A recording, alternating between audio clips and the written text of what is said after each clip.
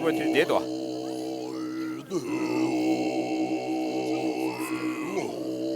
Hello, hello, hello. 1, 2, 3. Testing, testing. 1, 2, 3. 1, 2, 3. Testing.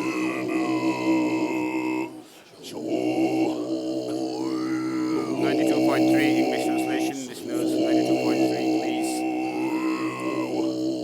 Shoot. 이래. 꿈자시키구나.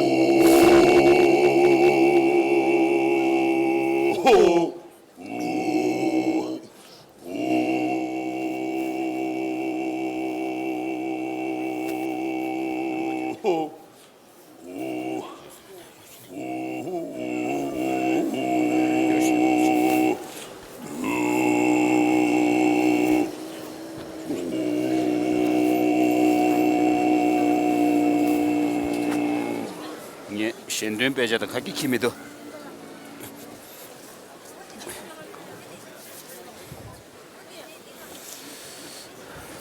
Do you have prayer book? Prayer book.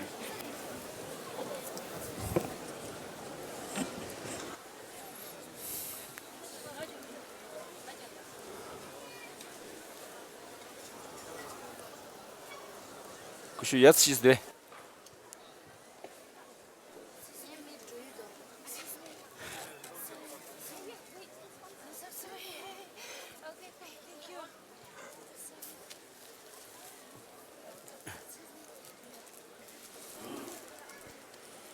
Hello, hello, hello, hello, hello. I don't have any view. There's loudspeaker. There's a loudspeaker there in the way.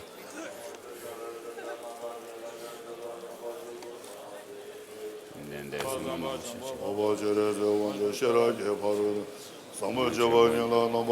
this is Heart Sutra being recited.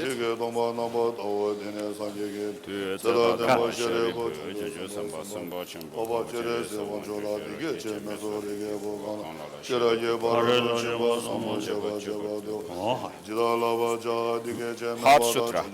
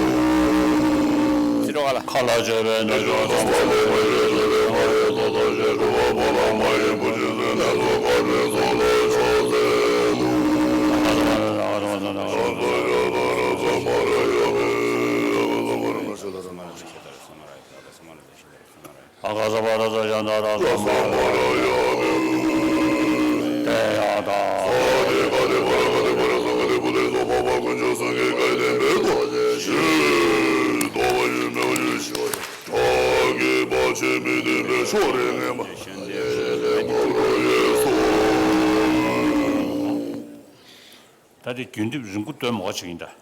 균집. 편소결 저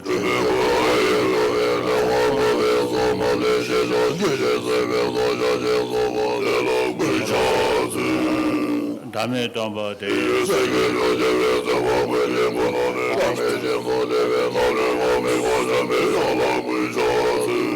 신도 봐봐 영서 참여살라 다자 신다 전번이래 레게베 담배제 마음에서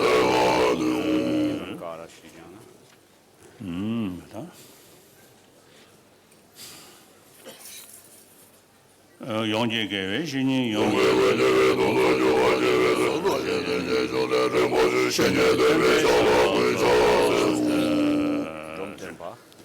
강제신대에서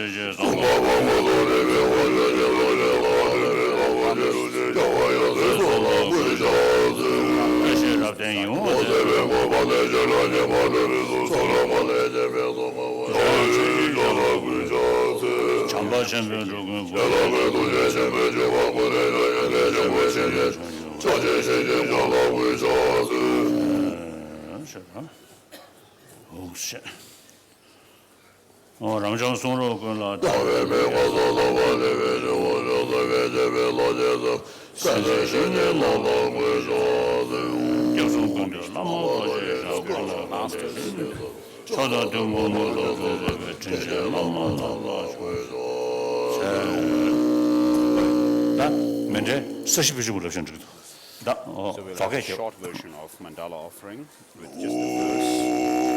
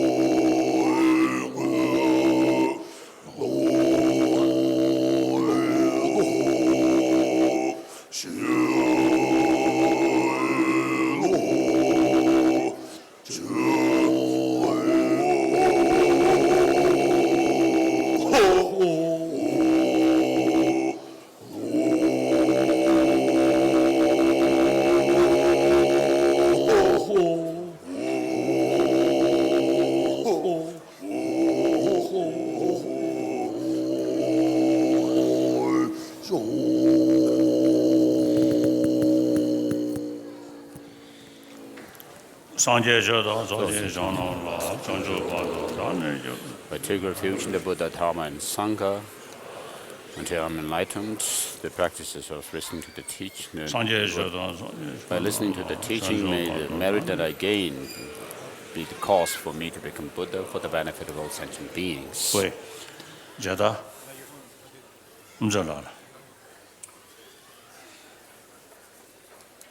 His Holiness is asking for 다 라마의 강조, kata. 음세의 강조 시르시도 지다. His Holiness is joking, saying that the Lama is also limping these days, and the chant master is also limping. 예. 그렇지.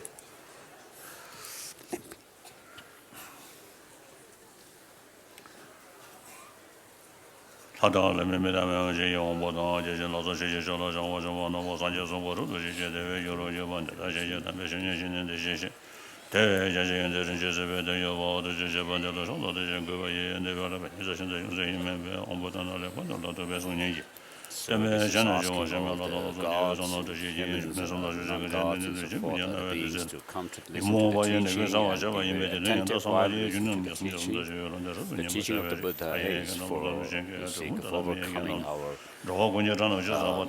deluded states of mind, afflictive thoughts and emotions. 관계 투생에서는 따오던 제방 Master 배제를 says, I 담배신의 give 간제가 this 고탐다 teaching in the 차차 languages of the humans, gods, and asuras, and so forth.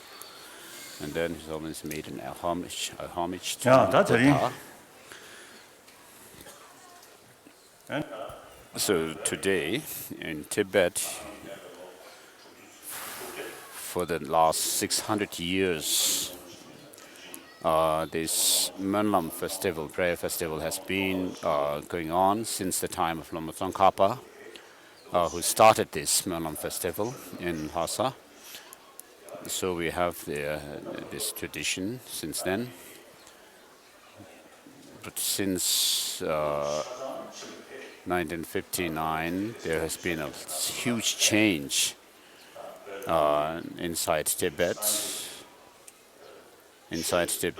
Buddhism and its philosophical study, which are studied through logic. So we had a very profound tradition of Buddhism, which is learned through logic. And so this is almost at the stage of dying these days. But then truth always cannot fade its power, whereas the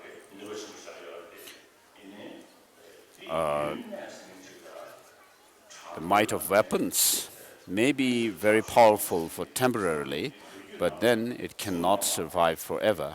And so there has not been in the history, this has not been the case, this has been the case with the weapons in the world.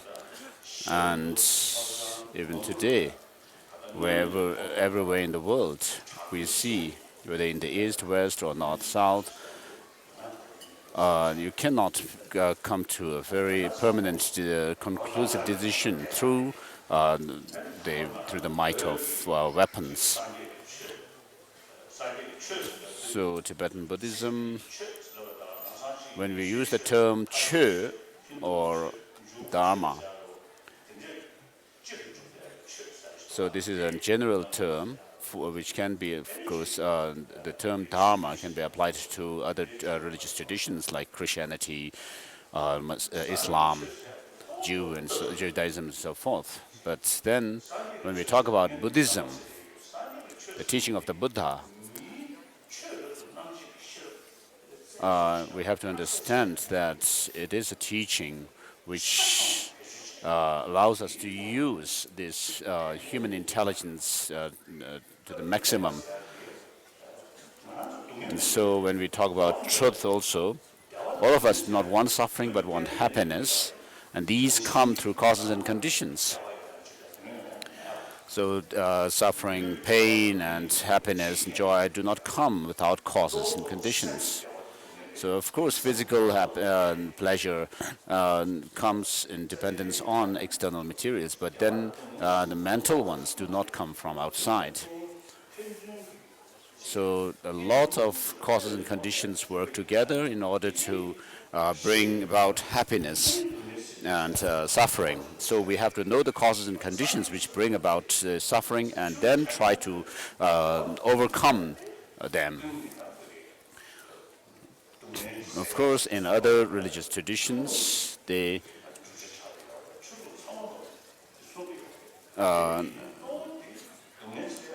of course, all the different religious traditions aim at overcoming human suffering, and having more happiness in our human community. But then Buddhism is mainly focusing on the transformation within in order to gain happiness, in order to have happiness. So the Buddha said, you are the master of yourself. What does this mean?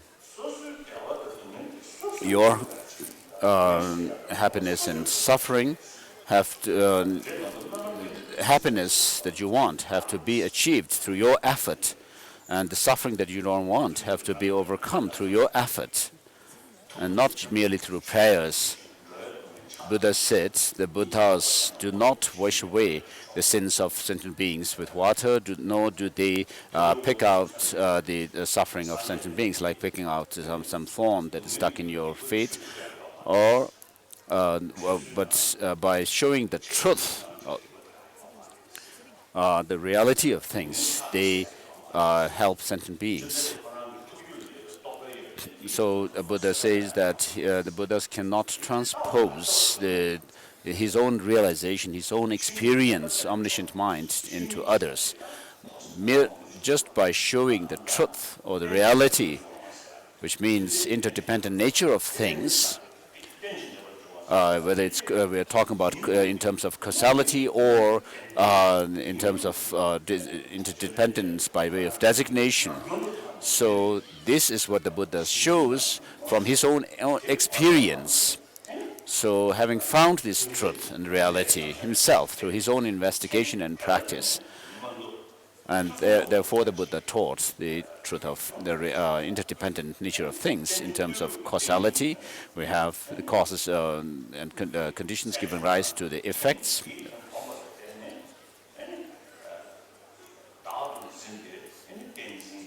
And then, by showing that the interdependent nature of things in terms of the mere designation, the Buddha shows the final reality of things, that there is no self in self-identity, independent self-identity in things. And therefore you have to use, in order to get to this, in order to understand and get insight into this, you have to use your intelligence. It cannot come merely through prayers and belief. So when I give to some friends whom I meet sometimes, people whom I meet sometimes, when I give them the statue or picture of a Buddha, I always tell them that Buddha is someone who was a philosopher and a thinker. The Buddha was a thinker, a philosopher, and also I tell them that the Buddha, through his own investigation of things, and the way he has taught us how to go about with investigating the reality of things is, he says, "Oh, monks and scholars, just as a gold is tested by rubbing, cutting, and scorching, likewise, you should examine my teaching, and you should not believe me merely out of your devotion to me."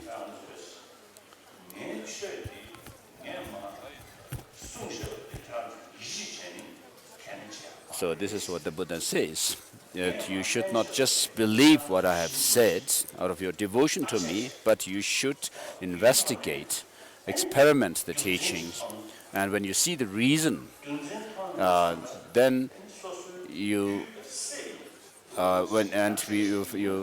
try to apply those teachings within yourself and experiment it within yourself, and you find them to be really effective and beneficial, then you should accept what I have taught.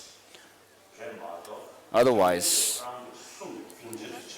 just because something is said by the Buddha himself, and thinking that it's very sacred and holy, you should not go believe in his teachings merely out of this kind of belief. Even some scientists that I know say that, the teaching of the Buddha is, sometimes they also say that this Buddha was actually a scientist himself.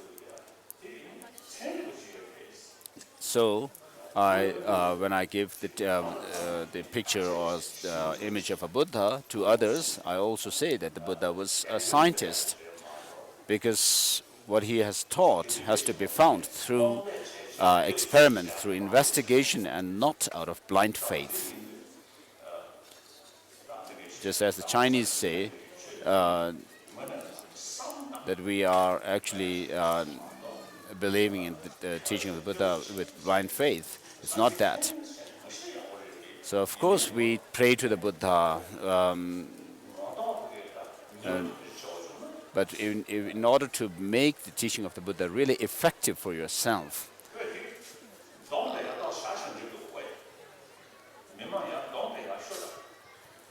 so His Holiness is telling the people to come up to the front, so move up to the front, and don't leave the front space in front empty.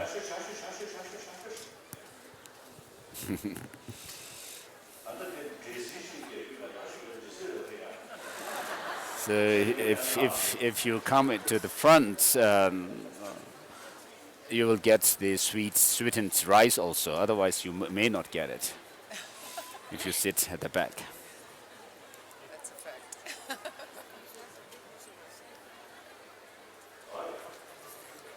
Do you want some? Oh, I'm sorry. No.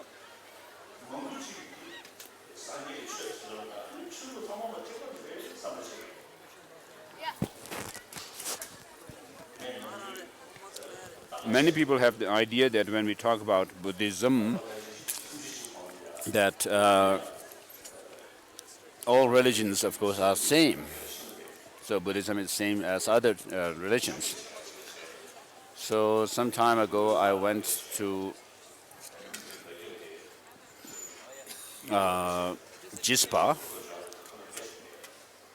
and on the way to Jispa, I was stopped at a place in a village, and then I met the people there whom I knew from the past also, and I told them, "You are all Buddhists,"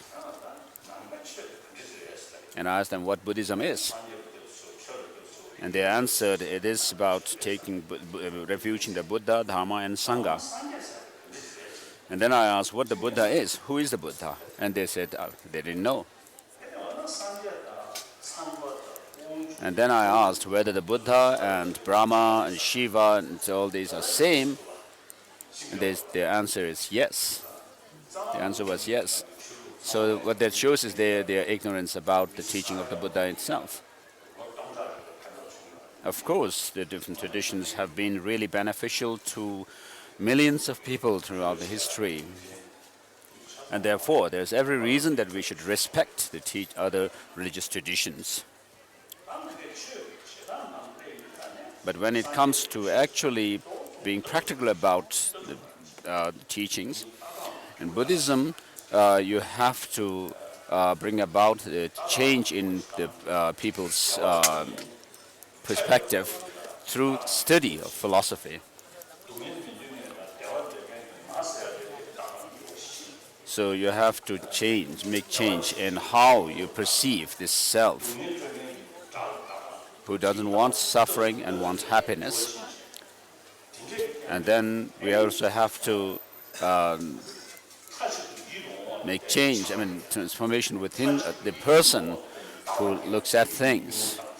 And so by reducing the causes and conditions which give suffering, and by increasing the causes and conditions which give us happiness, based on such understanding through philosophical investigation, then you will really make big change.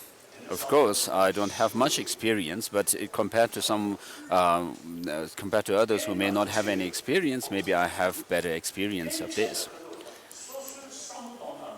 So when you meet with conditions, it depends much on your way of thinking. If you could look at things from a certain perspective, realizing or understanding the reality, how that thing has come about, then it will not be disturbing you. So Buddhism is about making some change, changing your way of looking at things. In other words, through our biased attitude, when we see something that we like, it's good, then we are too excited about them. And when we see something which we dislike, then we grow aversion to them. So these are due to a biased attitude. So because of our biased way of looking at things, we always cause problems. So when you are not biased and you are able to see the reality, and then this will help even when you are in the heat of the moment, when you're about to become angry or something, then you'll be able to check within yourself how you're actually looking at the things. And therefore, you have to change your way of looking at things in order to make change within yourself.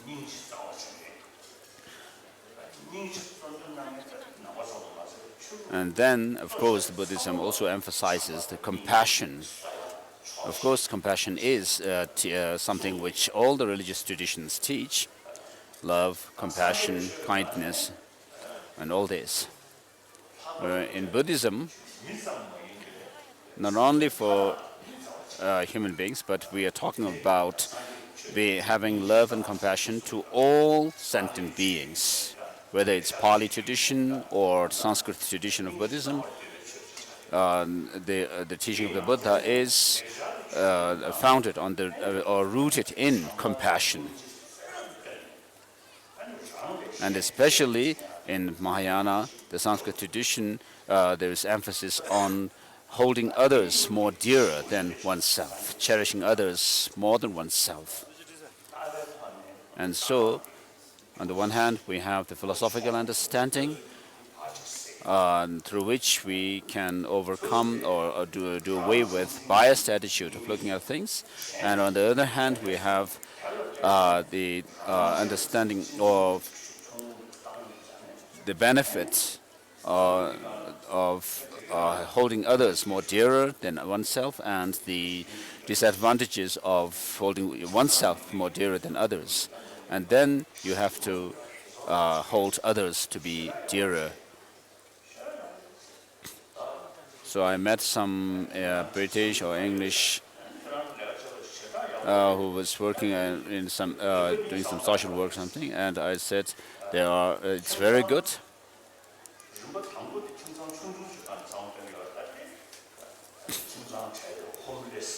So he's looking after people who are homeless.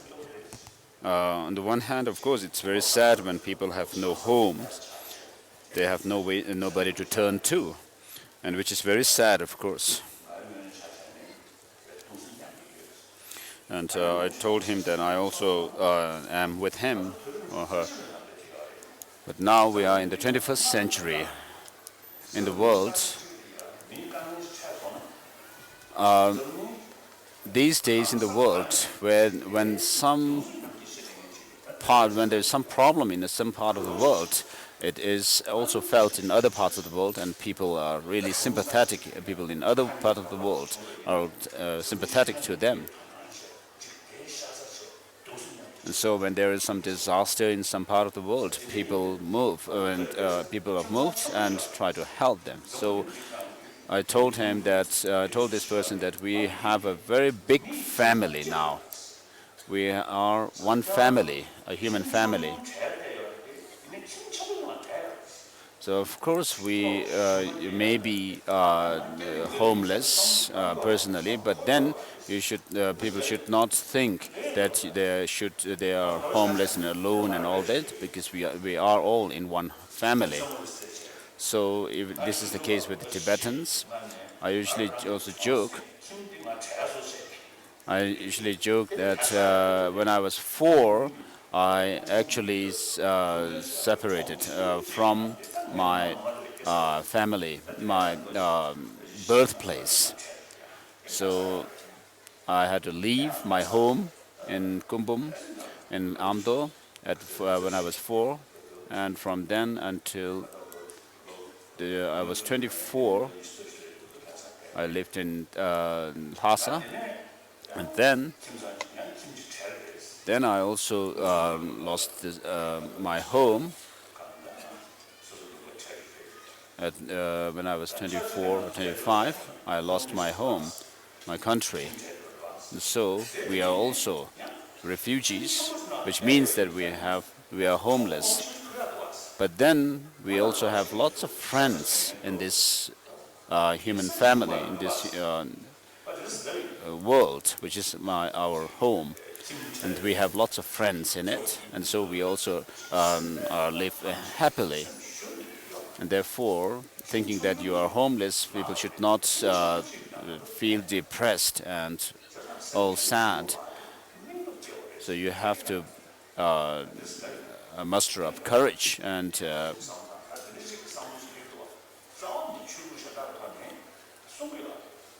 so of course other religious traditions talk about love and compassion, but particularly in Buddhism, because all sentient beings, including yourself, do not want suffering but want happiness. So just as yourself, you don't want suffering and you want happiness, therefore others are same, and therefore we are all same in that sense. And therefore, as we are all same in wanting happiness and not wanting suffering, it is not right to only think about one's own happiness and disregard others' happiness. So we live in a human society, and therefore all our the necessities of life, such as food, clothing, shelter, and even fame, and so all these, all kinds of excellences that are in life do not come from the sky, fall from the sky, nor do they grow from the earth, but you have to put effort in them. And therefore, if you think of helping others more, then because the others are, you are dependent on others for all the necessities of life, therefore you'll be the winner, you'll have the profit.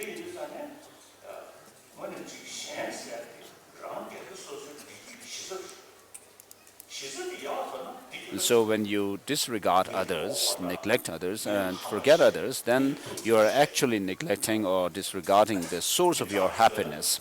If you make others unhappy, if you make others your enemy, how can you actually be happy? Of course, you may be able to bully someone or for the time being, but then you will not live, and you will not be able to live happily. So if you do not, of course, when you make others unhappy and so forth, they lose trust in you, and therefore you can't have friends, which means that the trust is the source of one's friendship. So even if you may have some physical might or power, but then if you are not honest, then people will not also like. So you have to be honest as well to others. In the 60s, in the Kulu region of Himachal Pradesh, many Tibetans worked as road builders, and one family had a child.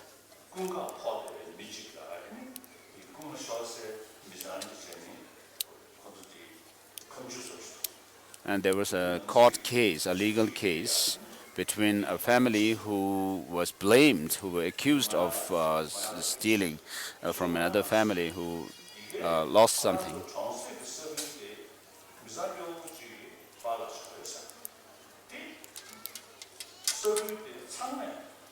And so in those days, there was an old man in the village nearby.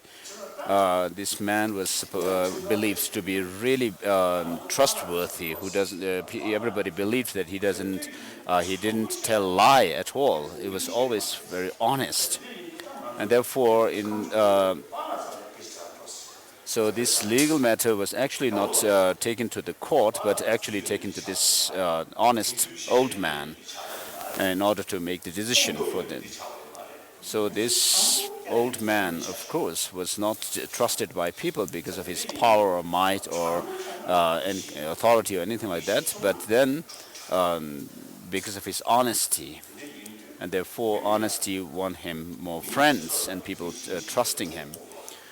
And therefore, we need in human society, in order to have good friends, we need honest people.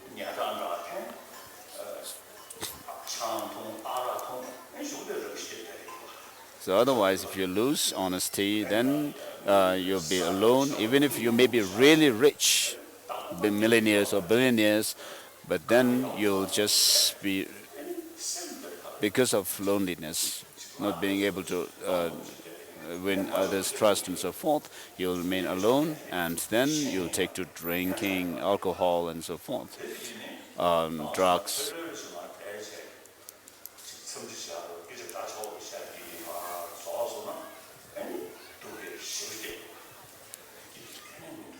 So when I meet people sometimes in rich countries, in the beginning when I meet them, of course, they are very, they smile and all this, and they talk nicely. But then after a while, when we finished talking about these things, then they started complaining about life.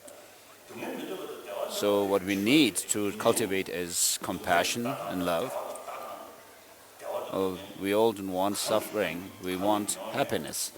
We have to look at the causes which bring about that. Of course, it depends on your way of looking at things, your perspective.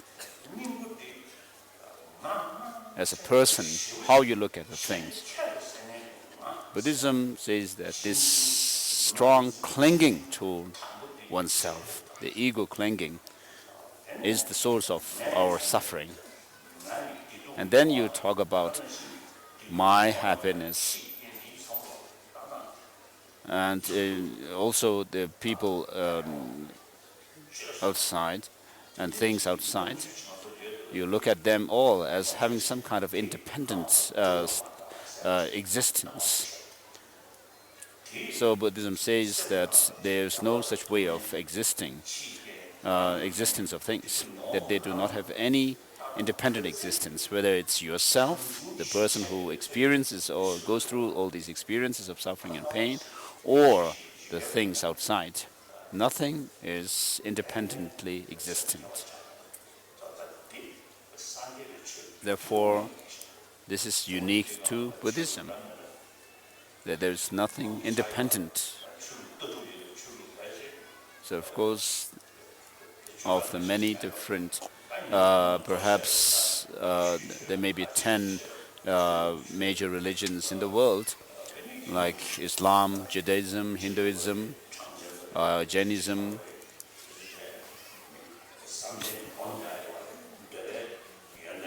In some of these traditions, like within Hinduism, like Sankhya and so forth, they have the practice of celibacy, and also they have the practice of cultivating concentration and so forth. But then all these practices are done within the belief that there is an Atma, a soul, a permanently existing soul or Atma. And this is in fact reinforced through their religious belief as well. And therefore the difference between Buddhism and non-Buddhist traditions is that Buddhism rejects such an I or an ego or an Atma, whereas other religions do believe in them.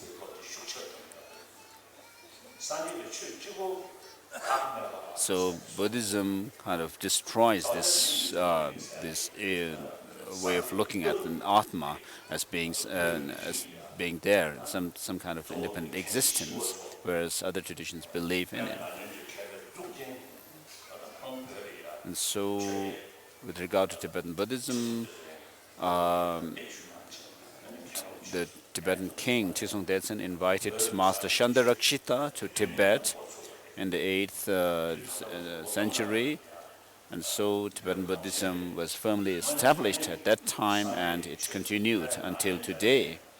And therefore, we follow the Nalanda tradition of Buddhism, Nalanda tradition, which is actually established through reasoning and logic and experiment.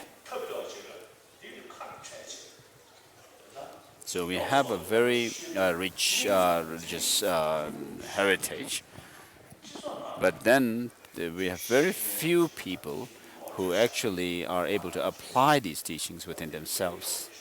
And we lack people who can actually introduce this profound teaching, the tradition that we have, the Nalanda tradition, to others. But generally speaking, because thanks to the tradition, the religious tradition, Buddhism that we have, even while we are going through these difficult times, we are still able to maintain some calmness within ourselves. And so, on this occasion of the Mönlam prayer,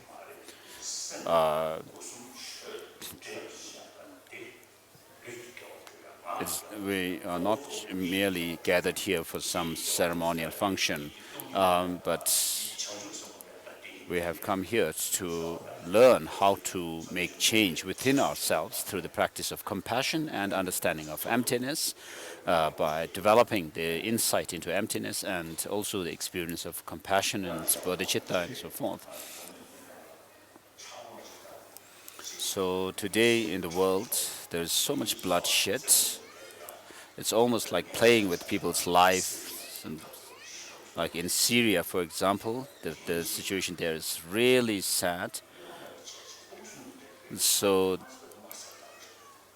the rulers are killing people, even children, disregarding the preciousness of their life. So of course, in the world there is so much material development, progress, but then we lack there's lack of compassion and love, and because of this, and this may be this is because of the educational system as well. And so the ethics part of the practice of life is not so much taken care of, which is more or less left to the religious people. But then on the one hand, we have religious people who live very narrow-mindedly. And of course, we have in Tibetan society also people who really studied the Dharma so much, but then in the end they remained an ordinary person, not making much change.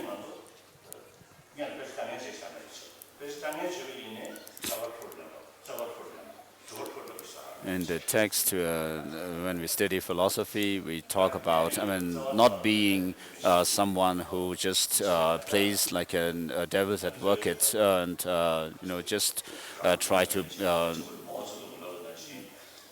learn the teachings merely for the sake of learning them, and merely for the sake of teaching others, or just blurbing out words and so forth. But then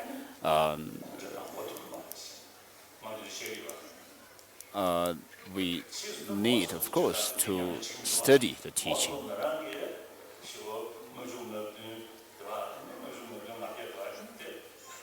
So around the 1959, 57, 58, Mao Zedong's own words were not so much trusted or believed by people. In the beginning, when he started his movement, of course, people believed him, and his writings were actually used by people.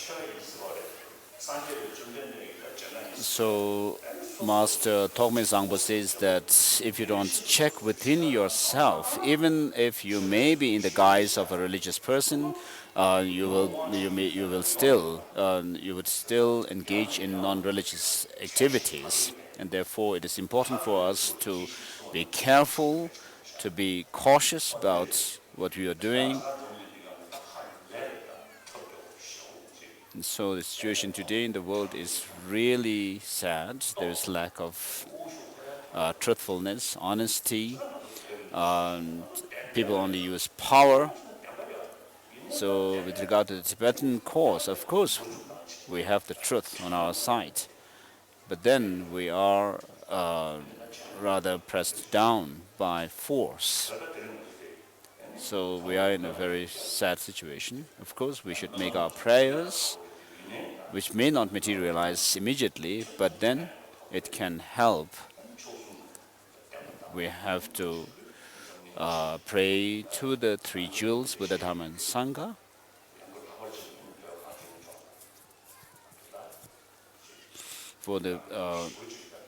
For peace and happiness in the world, and particularly for people of Tibet.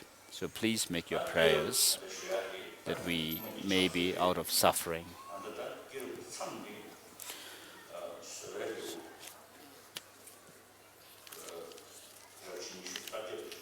So we are now, His Holiness is going to go through the Jataka Tale. We are on chapter 28. His Holiness says he may not be able to finish this. So to read this story, the immense forbearance of this story is about the teacher of restraint or forbearance, patience. The immense forbearance for those who practice patience makes nothing too great to bear. In a previous lifetime, the Bodhisattva once became a certain ascetic. He had seen that the life of a householder was full of suffering, and he knew that such a life was not conducive to spiritual pursuits. Beset with temptations, the householder's life was exposed to the inroads of material and sensual pleasures, which entailed the loss of modesty and spiritual goals. Such a life, in emphasizing the passions, was sure to lead to desire, hatred, impatience, anger, arrogance, pride, and greed.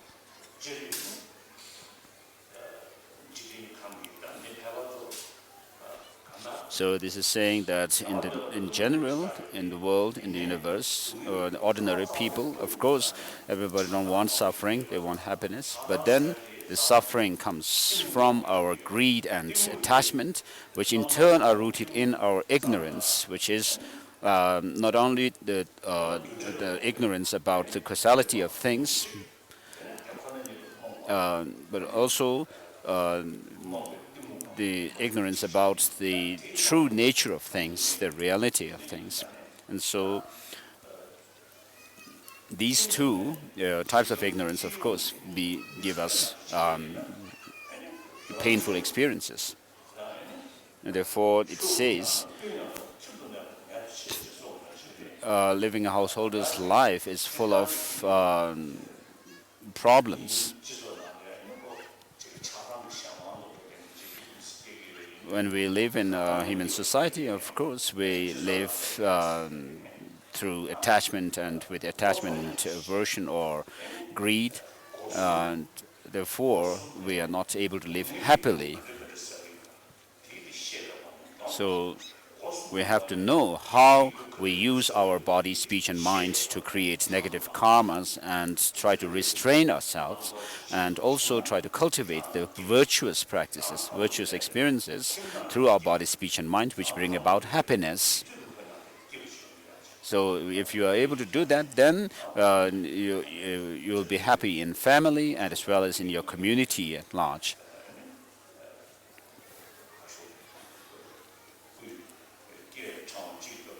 So this story is about the Buddha when he was born as an ascetic, as someone who has left his home, householder's life.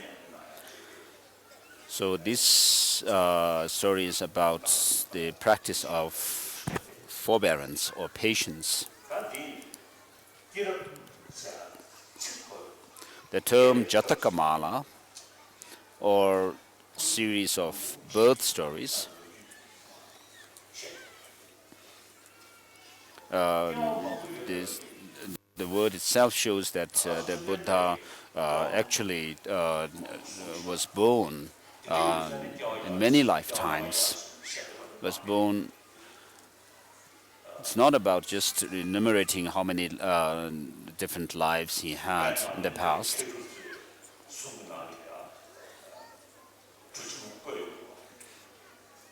So in the texts of Nalanda masters, there are many different reasonings that are used.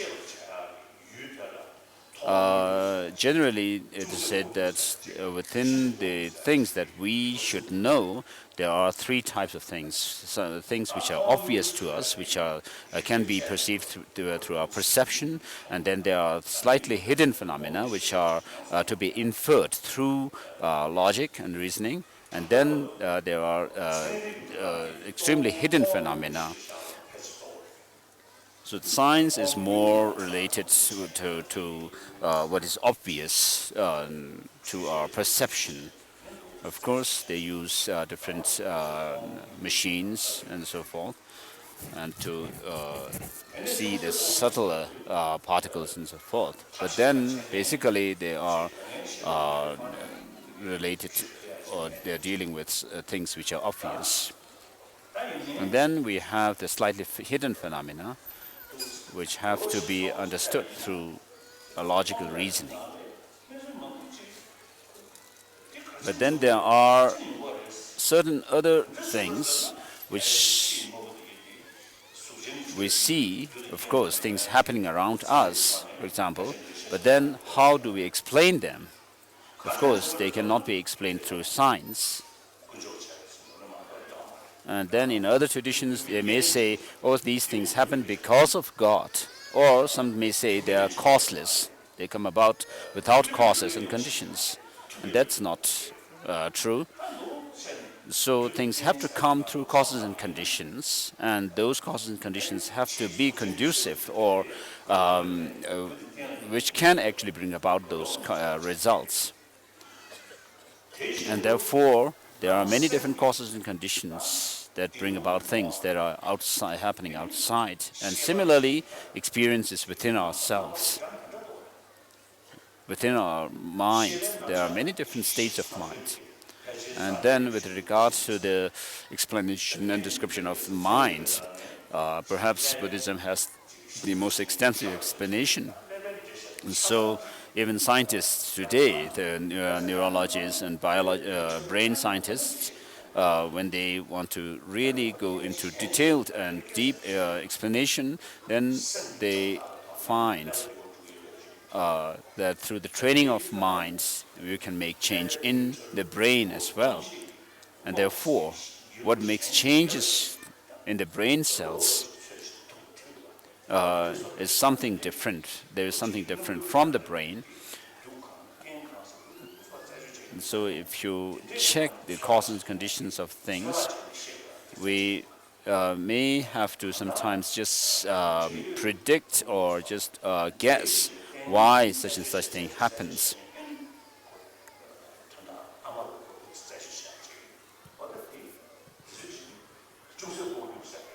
And so these may be called slightly hidden phenomena, which we can come to a conclusion that this is that, this is that, this is this is that, through logic and inference. So this is considered very important in Buddhism. The Charvaka tradition in the past only believed in things that are obvious to us. And within the inferential cognition, which are based on logic, there are those based on factual-based logic, and also based on by resorting to some scriptural authority as well. So when we say, when we relate our dreams to others, of course, people would, those who have the experience of happy dreams would understand what that means. But then, someone who has no experience of happy dreams, if you tell them that you had a happy dream, a good dream that made you happy and so forth, that other person will not be may not have any idea about it. And so there are some things which have to be which can be explained and told through experience. And therefore, in Buddhism, when we talk about the things which are obvious and then things which are slightly hidden, having gone through that, then we also have the understanding of the causes. So within the causes, there are those which are called substantial causes, which means that that cause itself actually transforms into the result, whereas there are the conditions which actually help grow the seed.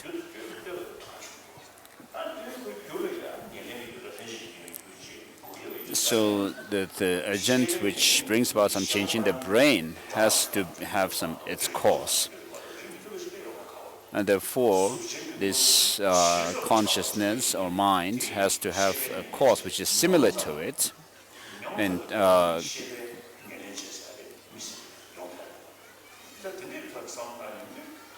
so the substantial cause of a mind or consciousness has to be something which is a mere experience.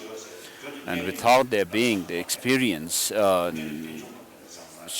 dimension to it, it cannot be brought about by something which is not a mind or consciousness. And therefore, on the basis of this understanding of consciousness, which has its own substantial cause, which is another consciousness, a previous moment of consciousness, based on this understanding, we also talk about past and future lives. So in this life alone, for example, we give lots of training to people in order to be successful in their life.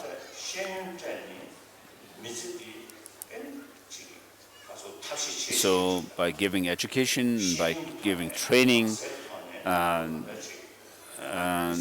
in skills and so forth, we are looking for some effect, some result.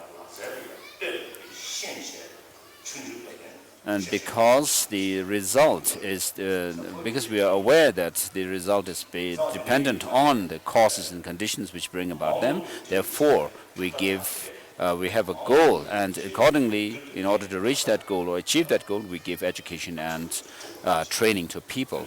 And therefore, the experiences which we will have in the future have to be brought about through causes and conditions, and therefore we talk about engaging in certain actions, karma.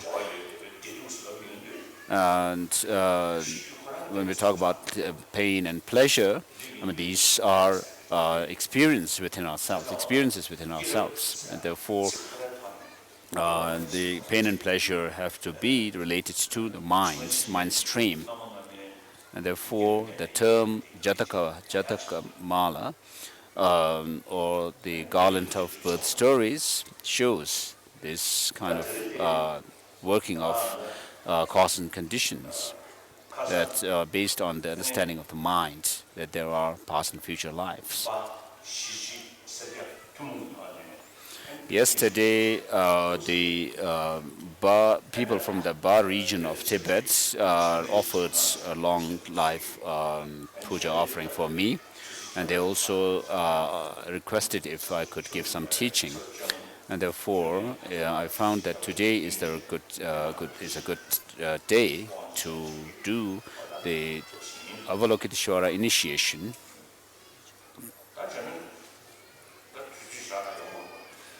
So we don't have much time, of course. So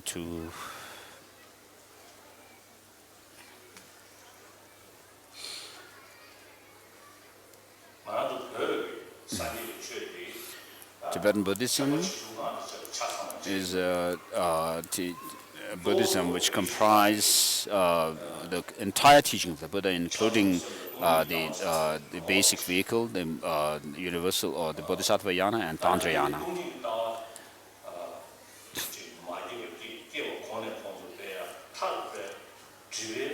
And so in order to cultivate the insight into emptiness, first we have to, of course, put effort in bringing about the insight, and then advance it further and further. And so in order to gain insight in emptiness, we have to develop, we also have to develop single-pointed concentration. And for that, we have to train our mindfulness in mindfulness and introspection. And so the first step to that is restraining negative misdeeds, misbehavior. And therefore we have the vows of laypersons and the vows of monastics. So Buddha didn't say that all the followers of Buddha must be monks or nuns, because he gave laypersons vows as well. And then within that, within the layperson's vows, of course, according to the capacity of the practitioners themselves, you can take either 1 or 2 or 3 or 4, all 5 layperson's vows. And so this shows the Buddha's skillfulness in leading the sentient beings, his followers. So will not. Most of you may have come to Bodh Gaya, so where I gave the Upasaka vows, layperson's vows, so I'll not do it here because we have not time.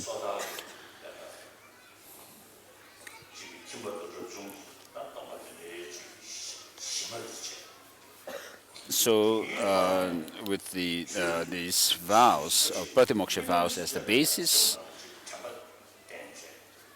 and then even in dream, if you could, for example, the monks, a fully ordained monk, a bhikshu, should be able to even remember that there are bhikshus or gelongs. And when they dream, even when they have dreams where things are getting really hectic and exciting for them, they should be able to show mindfulness that they are gelongs.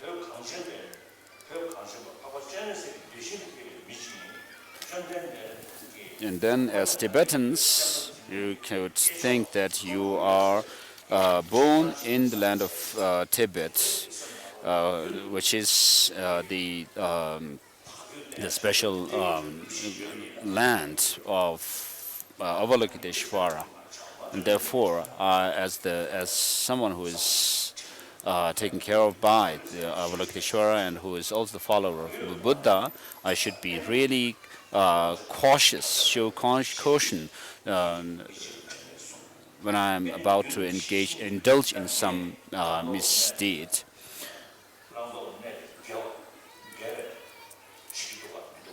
So you should also check within yourself whether you are actually doing the right thing or you're indulging in the wrong things. And by using introspection, you should check yourself like that. And when you are about to, when you have actually indulged in some wrongdoing, you should be able to remind yourself of that wrongdoing and repent.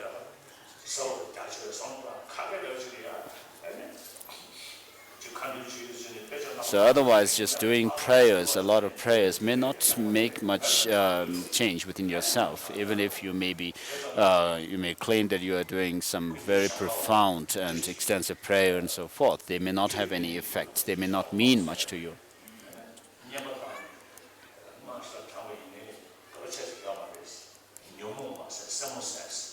One Lama has said that when you do some retreat on deity and so forth, if you are not able to actually lessen your negative thoughts and emotions by doing such retreats, it would just be wearing out your nails, he said, by reciting. By sending the mala beads and reciting many mantras. So there are people who say they have really recited the Om Mani Padme Hum, the 6-syllable mantra of Avalokiteshvara, so many times. But having done that, then they even say that by reciting the Mani mantra so many times, their malas have even worn out, or their prayer wheels have worn out, and so forth. But then there's no certainty that their negative thoughts and emotions may have been reduced. They could even be more arrogant having done all these prayers. And therefore, we have to show mindfulness and introspection, and keep morality on the basis of that, develop single-pointed concentration, and then we develop insight into emptiness. In Mahayana Buddhism especially, you do not think about your own happiness alone, but then you when it comes to Mahayana practice of Mahayana, you keep morality not only for your own sake. You don't think that, oh, if I do this, I will have this kind of negative effects. Not only thinking like that, but then you also are concerned for the well-being of others. And keep morality within that understanding. And then develop concentration, and then the insight into emptiness. And therefore, with the help of bodhicitta and the insight into emptiness, you'll be able to overcome all the negative thoughts and emotions, plus the imprints left by them. And then when you add tantra to it, the Tantra says that the Buddhahood does not come through causes and conditions which are not similar to them. And then when we also talk about the three secrets of body, speech, and mind of a Buddha. So what that the secrecy here refers to the difficulty of these being perceived by our mind. We cannot imagine them. And then these three secrets of body, speech, and mind are said to be of one taste, and they are inexhaustible. In order to be inexhaustible, they have to be of one taste, without which it's not possible.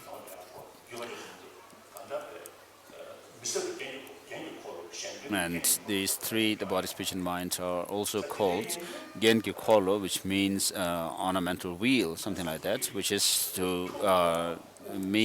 which means that they are there to benefit others. And so, when your body, speech, and mind are of one taste and inexhaustible like that, then you'll be able to, wherever your body is, your mind and speech will be there. So in order for the Buddha's activities, enlightened activities as they're called, to be effortless, you have to have these three, body, speech, and mind, to be inexhaustibly one taste. So you have to, this cannot come based on some grosser state of mind, but it has to come on the basis of a very subtle mind and subtle wind. So the subtle wind and subtle mind become manifest within yourself when the grosser ones are subsided.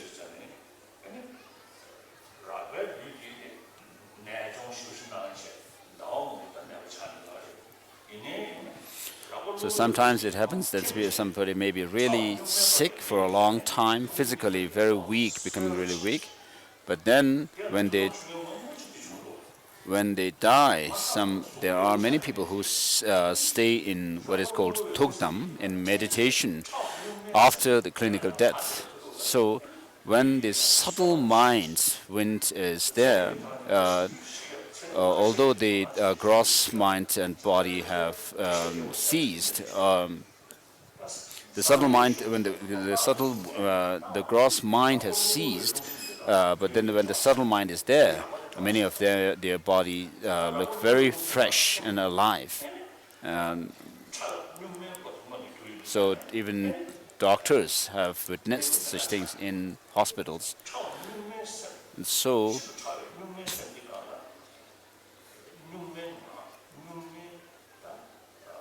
this subtle, clear light mind is together with the innate speech, which is also referred sometimes as the R syllable, the supreme R syllable. So of course there's no speech really there, but there is this subtle mind, which is not different in nature from the speech, the subtle speech. And so in Tantra, we have to, in order to reach the Buddha's body, speech, and mind, and attain that, we have to have the course, even while we are sentient beings. So these, the Buddha body, speech, and mind, the secrets, the three secrets being of one taste, cannot just come about without causing conditions. And therefore, we have to understand the procedure by which we lead ourselves to that goal. And when you have some kind of understanding and insight, you'll be able to see, oh, maybe that is possible, that goal is possible. And therefore, Tantra shows, teaches the path which has a similar aspect of the body, speech, and mind of a Buddha. And so in all the four classes of Tantra, there is the deity yoga practice. And so in order to do deity yoga practice, of course we have the recitation of mantras, but mainly we have the profound and clarity, yoga of profundity and clarity, which are indivisible. And therefore, in order to actualize that, we have the empowerments of Tantra. Within the empowerments, there are those of the liberative empowerment and the ripening empowerments. So of these two, today we are going to do the Chandrisic initiation, the ripening initiation. Chandrisic is the embodiment of all the compassion of all the Buddhas.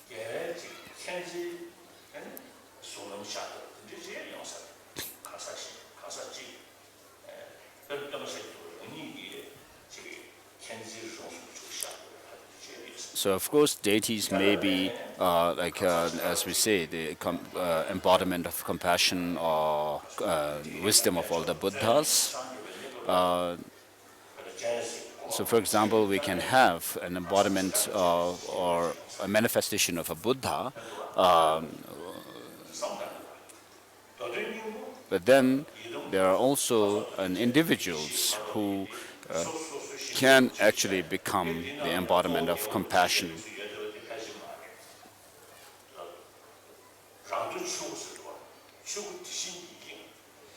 So when we reach Buddhahood, we also attain what is known as the Dharmakaya, the truth body, which is for one's own benefit. But then we should not think that the Buddhas are somewhere up there in some Buddha field. But then where the mind of the Buddha is, there is the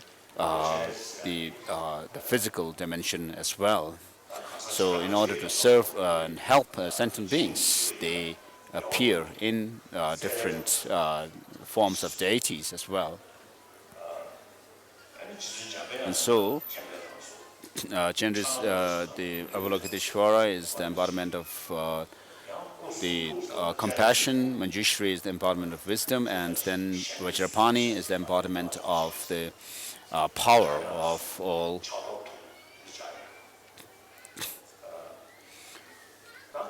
Then there are sometimes explanations where it's said that this Lama's body is the Avalokiteshvara, speech is Manjushri, and heart is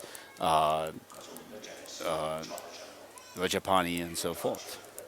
And so today we are going to do an initiation or empowerment of, and ripening empowerment of Chandrisic, Avalokiteshvara with 1,000-armed Chandrisik, 11 heads. And so this particular initiation comes in the lineage of Gelongma Palmo. So the other day I inspected some debate of the monks and nuns, and I saw some nuns debate. They did really well. I congratulate you.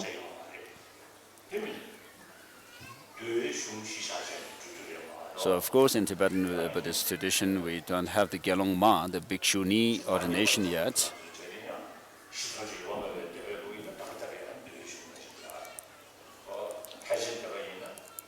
So when you follow a certain Vinaya tradition, you have to follow them. For example, in the Tibetan tradition, we have the Mulasarvastivada tradition, and in China they have the Dharmagudva tradition, and then of course there are others. So there are some people who criticize me that I'm not really doing anything to introduce the Bhikshuni ordination in Tibetan society. Maybe I am a very staunch supporter of women's rights.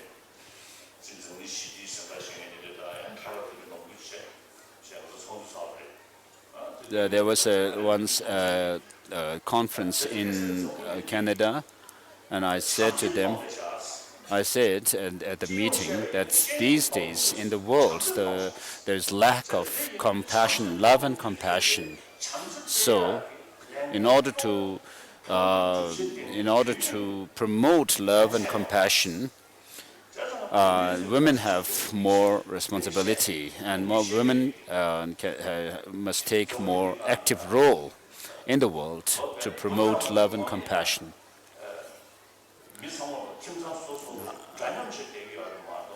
Hundreds of thousands of years ago, people in the world lived rather in equality. Equally, there was no such idea as someone being higher and others lower and so forth. But then, as time went by, we had the agricultural work started, and then there was the feudalism and so forth. And then there were quarrels and amongst people, and so people started looking for someone who can actually lead them. And then, because of the physical strength, some men were kind of appointed as the leader of people, because people are not so much concerned about education in those days. And then later on, of course, education took the upper hand. And for example, if you look at Deng Xiaoping, the late Chinese leader, he was really a short man, but he was full of knowledge. And because of his knowledge, and then he became the leader of China at one time. So we can have equality of men and women, between men and women, based on the education. So if you look in the world, many of the people who are engaged in murder and killing, slaughter of animals, I mean, most of them are really men.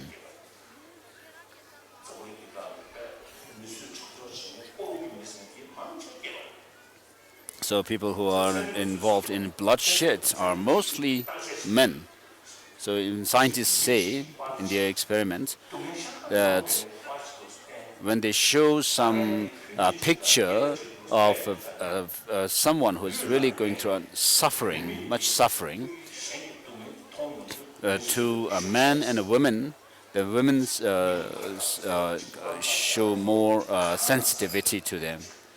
Such as their heartbeat being faster and blood moving faster and so forth. And so women have a special role in when we have this need to promote love and compassion. Women, we need more women to come out and take active role.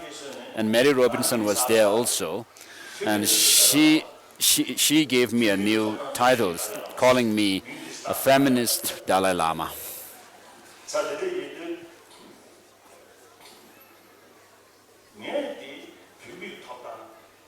So I really talk about feminism. I really support.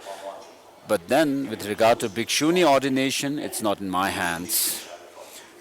So it has to be done in accordance with the Vinaya. So what I have been emphasizing is that the study of the philosophical texts. Of course, in Tibet in the past, there had been cases where nuns have been really did really well in the study of philosophy. And so after coming into exile, I have encouraged the nuns to study. Of course, when I was down in South India, I had seen women debating, nuns debating, and this time here in Dharamsala during this Mernam occasion, it was the first time that we had nuns debating during Mernam.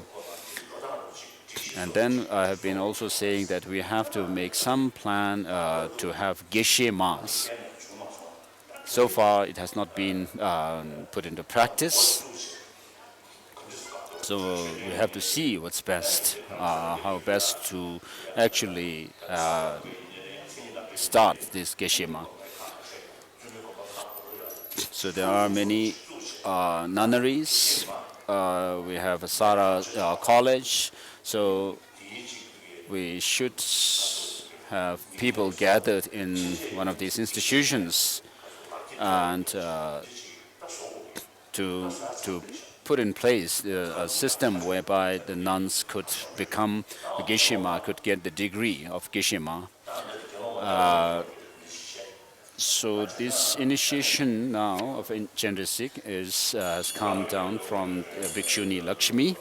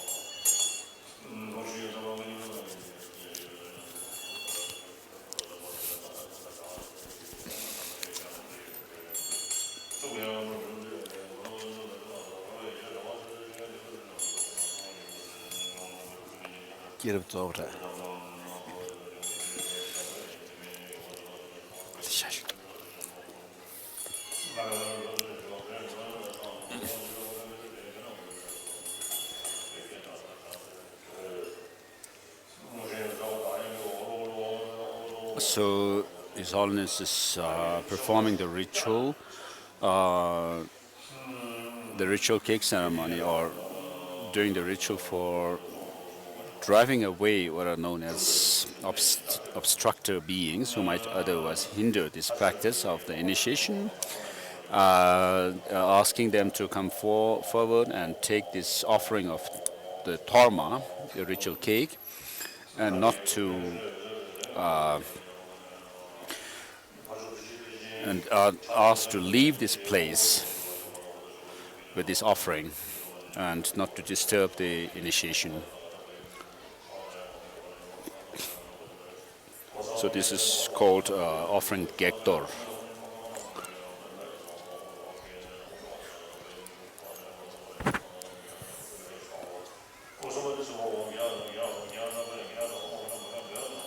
So with this Sumbani mantra,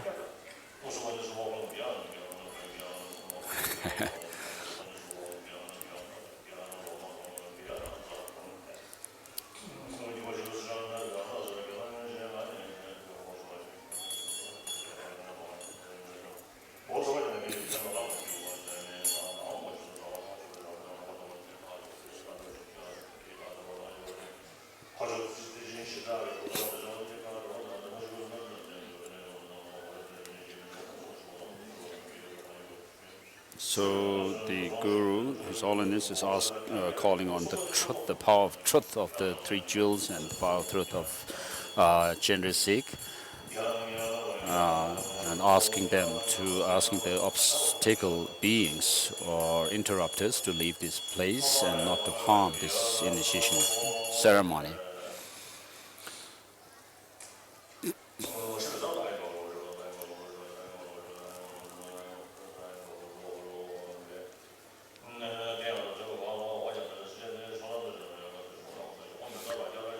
And then, after having sent away the obstacle beings, Vajra fence is created around this place where the initiation is going to happen. And then, with regard to the mandala offering, we have already done it earlier. So, next is bearing the correct motivation. So there is a verse in the text which comes from the General Sacred Tantra. So this verse says that there may be some of you who have come here for the initiation in order to be successful in your life, in order to be able to overcome your sickness and so forth. And for these reasons, you may think of taking the initiation, this is wrong motivation. So you should not have this kind of motivation. And then there may be others who may think that by receiving this initiation from His Holiness the Dalai Lama, it may help me to have to have a human rebirth in the next life as well. And that also is wrong motivation. And similarly, if you think of reaching mere nirvana by receiving this initiation, that also is a wrong motivation. So you should not have all these kind of motivations, but then the correct motivation that you should bear is to be able to help all sentient beings who are limitless or infinite like this space, and that you may be able to help all these sentient beings, and not only leaving it at that wish, but also to actually engage in the practices which can also help them. So in order to become a Buddha for the benefit of all sentient beings, you cannot, of course, be able to help others in accordance with their needs and their predispositions and interests and so forth. And therefore, although you may want to help others, but in order to be practical about that, you have to become someone who is completely free from all kinds of faults and be fully knowledgeable about everything. For example, if you want to become a doctor and want to heal somebody's sickness, you have to become a very efficient doctor, very knowledgeable and experienced doctor, in order to be able to diagnose the disease thoroughly. And so you have to think here to become a Buddha for the benefit of all sentient beings. In other words, have this motivation of bodhicitta within yourself. So if you think in that way, then the rest of the goals will be fulfilled. So if you think of becoming a Buddha, a fully enlightened person for the benefit of all sentient beings, what will happen is you'll be able to fulfill your own goal. As Maitreya says, bodhicitta leads you away from the lower realms of existence. It will lead you to higher existence, a higher rebirth, and it will lead you to the deathless state of omniscience.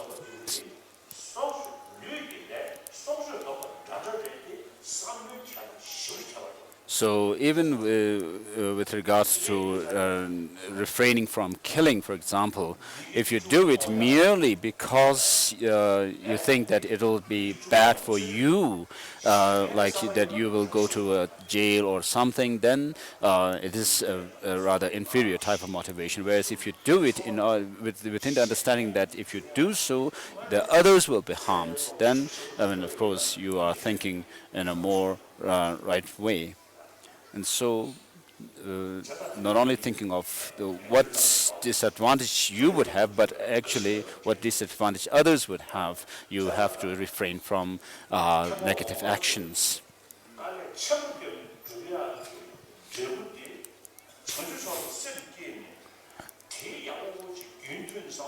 So some results which come through much effort for others, which if you can make it come about through the practice of bodhicitta, then of course it's worth doing that.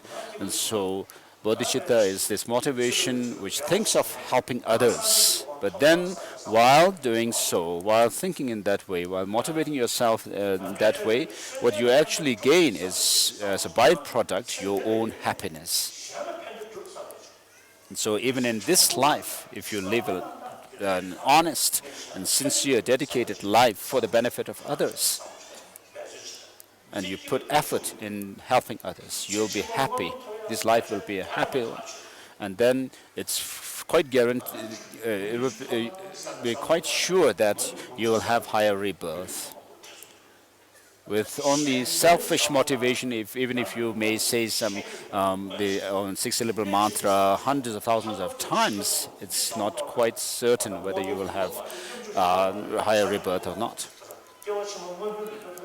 So if you dedicate yourself for the well-being of others with bodhicitta, then I can guarantee you that you will have higher rebirth. You don't have to ask others to make prayers for you to have higher rebirth or anything like that. So Kadamba masters also say that, and Indian masters also say that they, if you have a bodhicitta within yourself, genuine sense of caring of others' well-being, this will help you to accumulate much merit as well as purify negativities.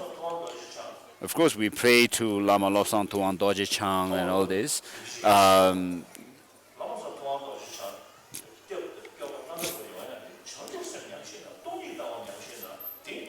So, of course, Lama Lobsang Tuan Dorje Chang, as we call sometimes doing Lama Chapa prayers and so forth, of course, has come through the practice of bodhicitta and the insight into emptiness.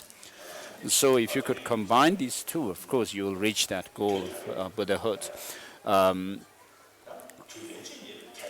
So this body, this human life that you have found once, is about to be lost, and therefore put every effort in order to lead yourself out of samsara and reach that of Buddhahood for the sake of others. And so we have met with the teaching of the Buddha, especially the teaching where you come across the practice of bodhisattvas, where you hold others to be more dearer than yourself, cherish others more than oneself. And Bodhisattvacharya Avatara by Shantideva was said to have been written in the 8th century. So Shantideva, Guide to the Bodhisattva Way of Life, is very profound teaching on the cultivation of bodhicitta. For the cultivation of bodhicitta, there is no other teaching greater than this one. So there has not been one in India, and there is none in Tibet. So you have to study it well and practice it. But for me, it has been really, really helpful. The kind of experience, the sort of experience that I have of bodhicitta and came from this.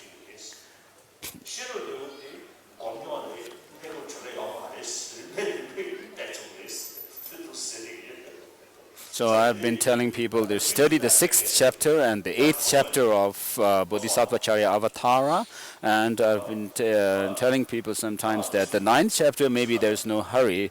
Of course, it's a really complicated one. And so here, the motivation that you should have in order to take the initiation is the bodhicitta motivation, which is to say that you have to think of wish to become a Buddha for the benefit of all sentient beings, and not the other inferior types of motivation should be there.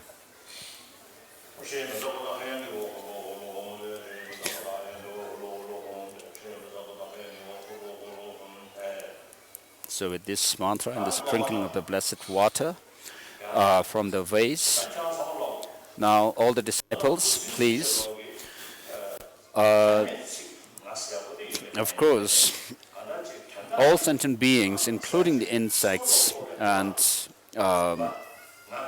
ants, everybody has this sense of I, don't we? Whether we know a language or not, we use a language or not, doesn't matter. We have this sense of I.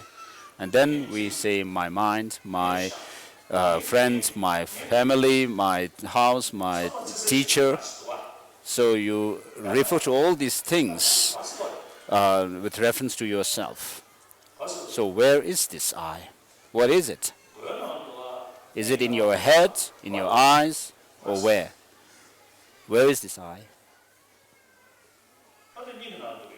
Is it in your heart?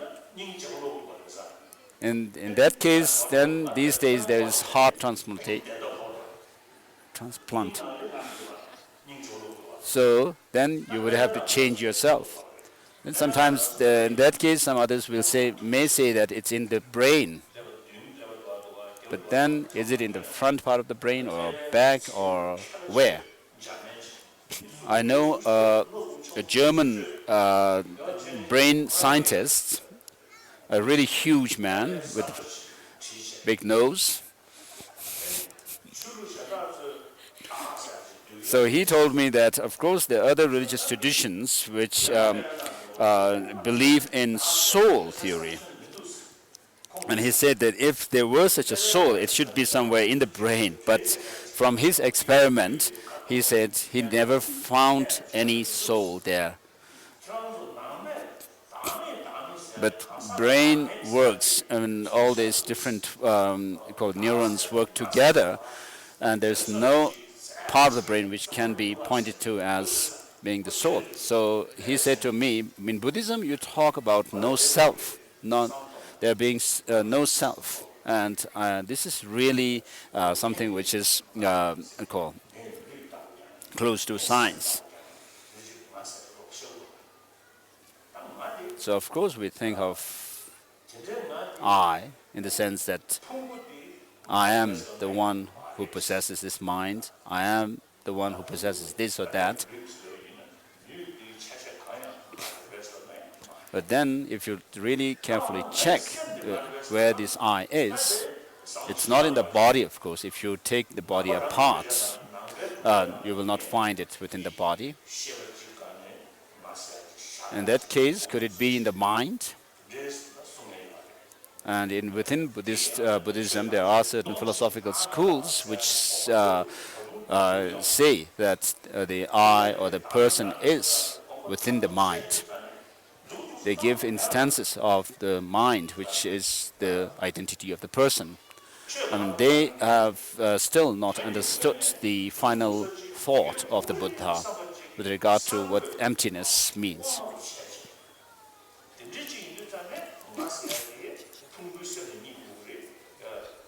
So we have, of course, this sense that this body is governed by something. And it must be, if it's not the body, of course, then it must be within the mind. And therefore, they point to some mind as being that. But finally, what you come to understand is that within the body nor the mind, you can posit something as being the I or the person. Nagarjuna says the I, the self, is not the aggregates, the psychophysical aggregates, nor something different.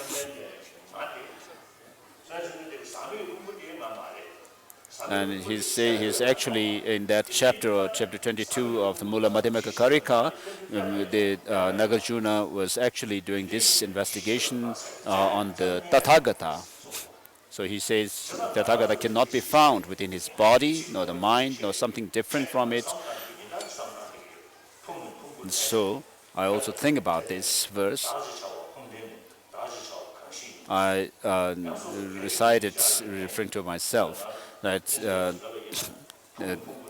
I, Tenzin Gyatso, am not the four, not these aggregates, nor something different from it. And the forms, the Tenzin Gyatso is not within the body, nor the aggregates within the me, and so forth. And therefore, what is this? Who is Tenzin Gyatso? So if you think about it, you may feel something. Do you get some idea? The young ones, please tell me. How does this I look to you? When you think I am boy, I'm a girl, I'm a bhikshu, and for me, I can say I am a Gelong, a bhikshu, and I am the Dalai Lama. But then, of course, if you were to pinpoint that I, of course, you cannot find that I. But then that doesn't mean that this Gelong, the bhikshu, doesn't exist at all.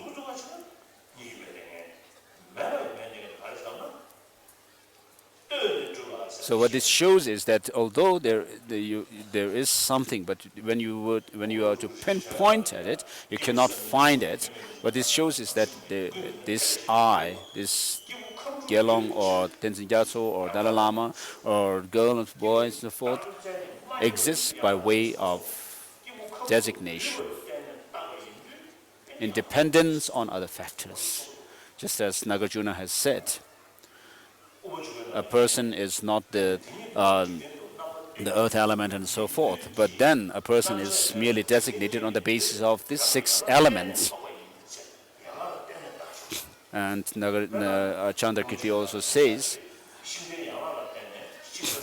in the sutra it says that just as a chariot is designated on the basis of its parts, the assemblage of all the parts, likewise, a person is designated or labeled on the basis of the aggregates. And similarly, this is said by Chandrakirti. Of course, if you take the example of hands, of course, you'll say this is your hand. But then if you were to take apart all these fingers and the other parts of the hands, you will not find a hand that you can pinpoint to. And then you may go to the fingers and say this is a finger, and if you were to again analyze where the finger is, what that is, you cannot find it at all. So whatever you take as the basis of analysis, you will not be able to pinpoint to the thing at all as being this or that. And similarly, it is the case with the time, past, future, and present. And then we may talk about an aeon, or a year, or month, or weeks, a week, or day, hour, minute, second. So everything that you check, examine, will not be found. So there is no present. Of course, past and future are posited in relation to the present, but then if you were to pinpoint where the present is, you cannot find it. And therefore, it shows that there is something, but then you cannot find it under analysis. And therefore, the Buddha gave the teaching on emptiness and selflessness. All phenomena are empty and selfless. But then, what it shows is that when you think about an I, it is there in dependence on other phenomena. So although there is an I which is dependent, there is no I which is independent of the designation. And so just reflect on this non-existence of inherent or independent existence of an I. And then this transforms into a free syllable, which in turn it transforms into a genresic, yourself as genresic. Please read this.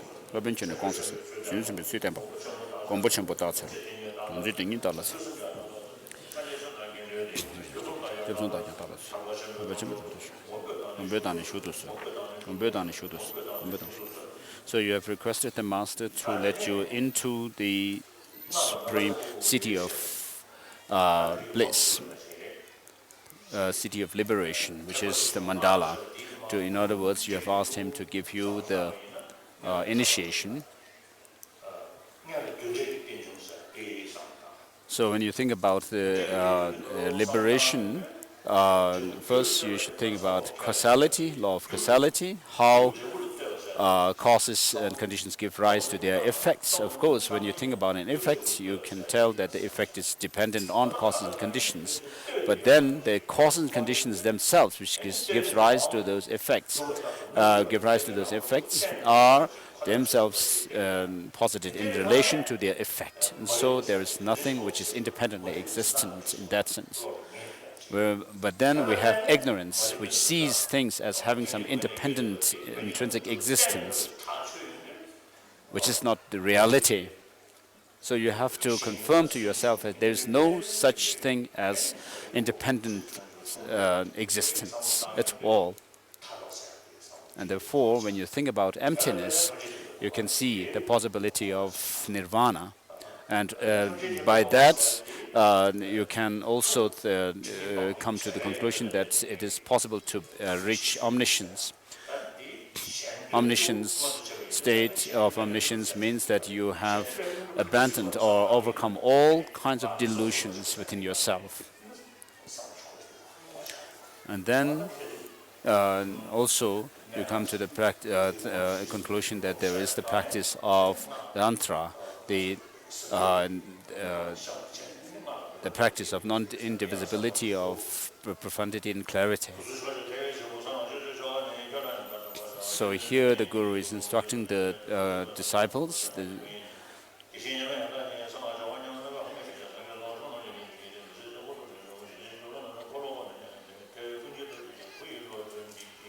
What has been explained is said in verses. And next is the taking of Bodhisattva vow, but we'll not do it at this stage. We'll do it during the actual initiation. But we will here do a short ceremony for bodhicitta. All sentient beings, including yourself, are equal in that you don't want suffering but want happiness. The more you think of helping others, caring about others, the more you'll be able to achieve your own goal. The more you remain selfish, you'll not be able to gain much. So the highest goal that you can achieve with selfish motivation is, of course, to reach nirvana, mere nirvana. So you will not be able to achieve the goal of helping others limitlessly. And therefore, have this motivation of becoming a Buddha for the benefit of all sentient beings. So please meditate on bodhicitta now. So please kneel on your right knee or crouch. So imagine Avalokiteshvara with the deities, and also imagine the Guru as in the form of Avalokiteshvara, and imagine Buddhas and Bodhisattvas in the space before you. Please say this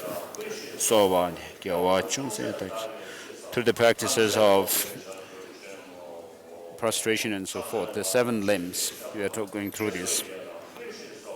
May I dedicate all the virtues that I collect through prostration, confession, and so forth for to become a Buddha.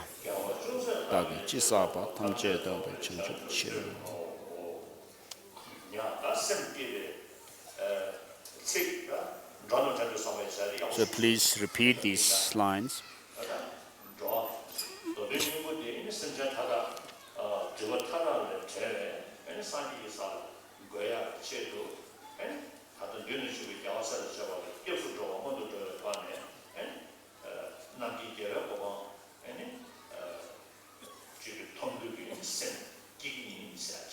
So with these lines that you're going to repeat, what you are saying is that you will generate the bodhicitta for the benefit of all sentient beings, with the wish to liberate all sentient beings to the Buddha and Dharma and Sangha. Until the heart of the enlightenment is reached, I took refuge in you.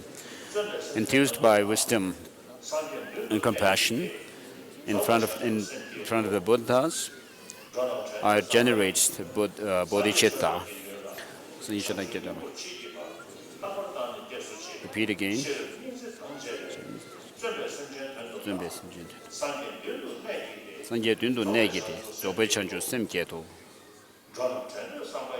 With the wish to liberate all sentient beings. So at the end of this repetition, just feel confirmed that feel that you will keep this bodhicitta until you become Buddha.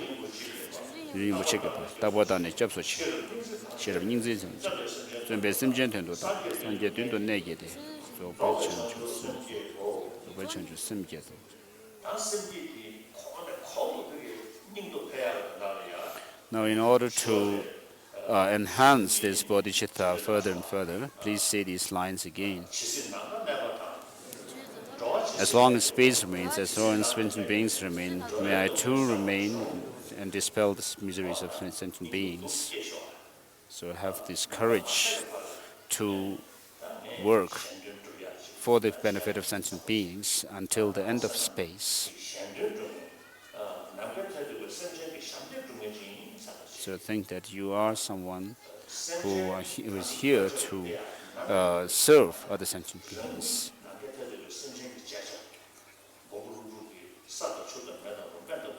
So you should think that you are someone who can be of help to other sentient beings, and not the otherwise. You should not think that others are there for your utility.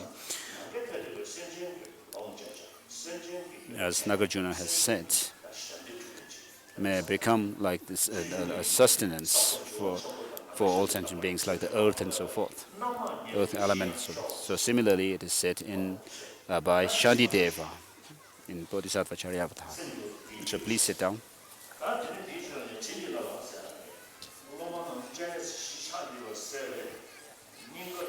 So now the disciples, earlier it was said that you have arisen into the form of Avalokiteshvara with one face, two hands.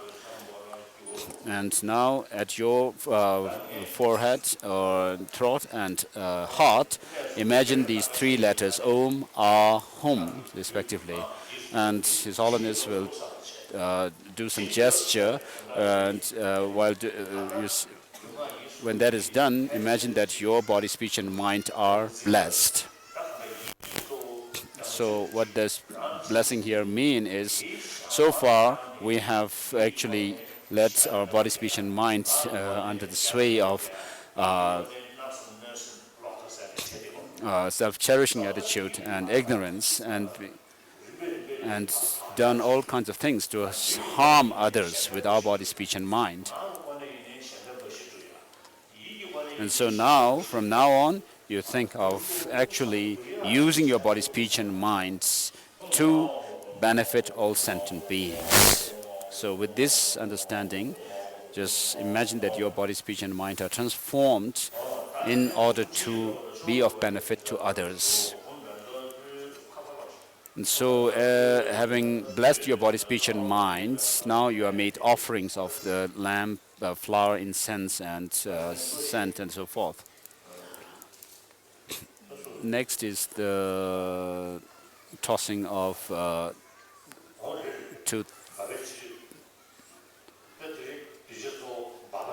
neem stick. So the Tibetan parliamentarian for the Ba people from the Ba is going to throw the stick.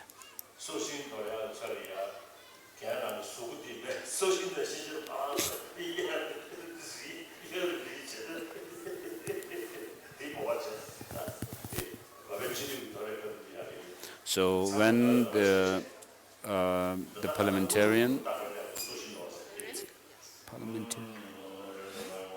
when the the parliamentary member of the Ba region throws this stick, please everybody else imagine who throwing it.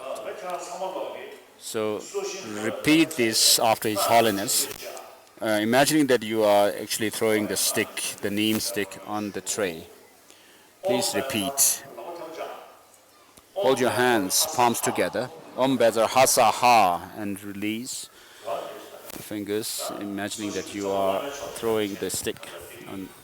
So the tip of the stick shows towards the master, which is an indication of the highest siddhi. Next is giving the blessed water, a handful of water, to cleanse us of negativities of body, speech, and mind.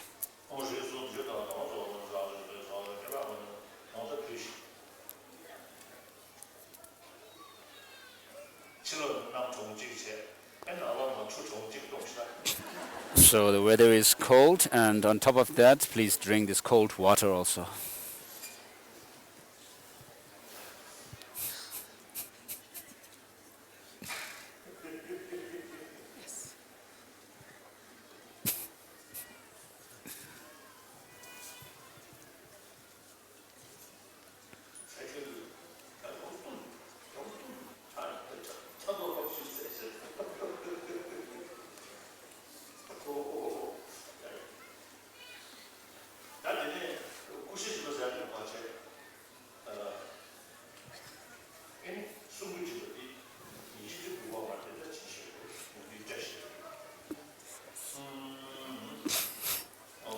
And next is the distribution of a blessed string.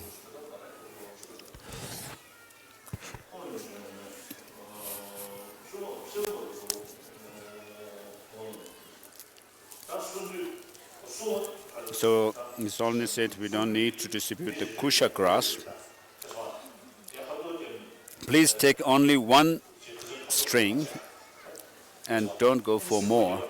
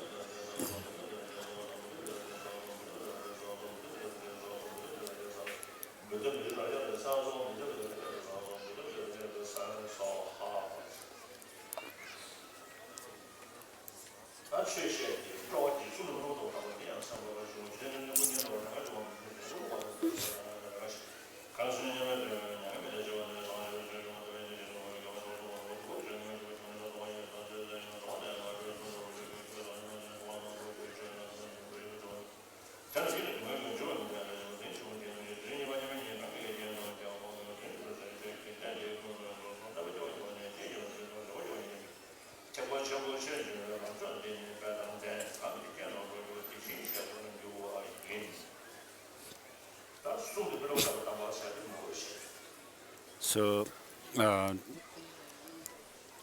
we'll not do the part about checking dream because the initiation is being given, actual initiation is being on the same day. Next, please make a mandala offering for the next initiation.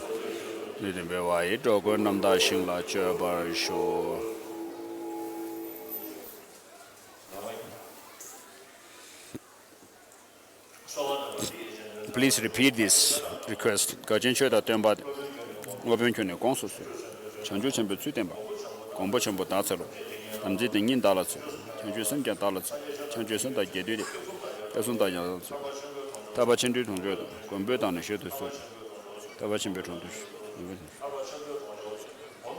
Please let me into the great city of liberation.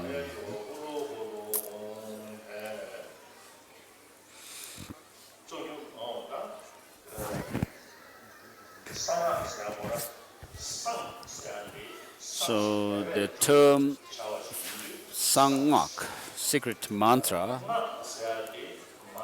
shows that this practice of Tantra has to be done in secrecy and secretly.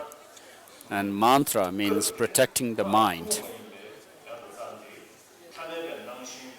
So protection of mind means protecting it from ordinary perception of yourself as an ordinary person. So how that is done is you bring about insight into emptiness, and that insight into emptiness transforms into this insight into emptiness, which has the quality of indivisibility, of profundity and clarity, is transformed into a deity, a form of deity. And then Tantra is also called the Vajrayana. So Vajra here shows that of inseparability.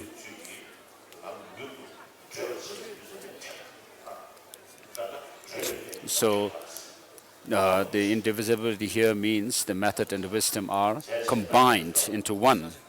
And therefore, this is the path that you use to travel or journey to the city of liberation or omniscient state of Buddhahood. And therefore, the process is called, it is called the path or the yana, vehicle.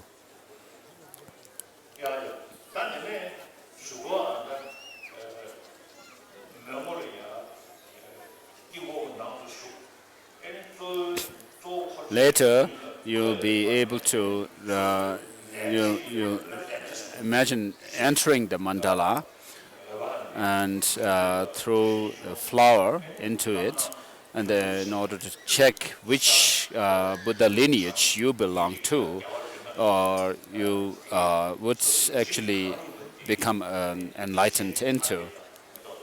And so in order to check that, you have to throw a flower. So you are given a flower each. So imagine that you are given a garland of flower as well.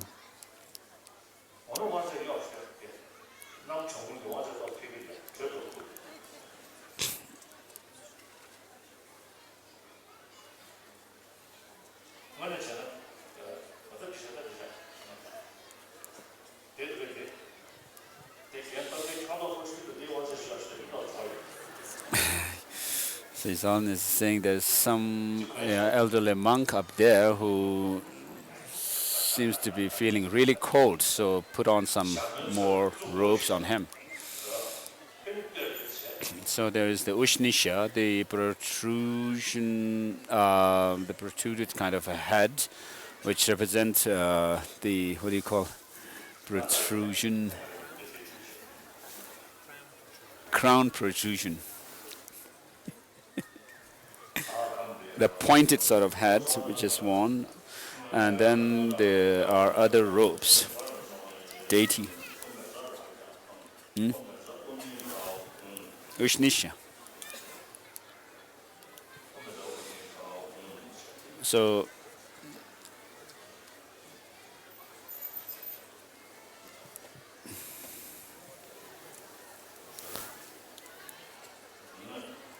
pointed hat.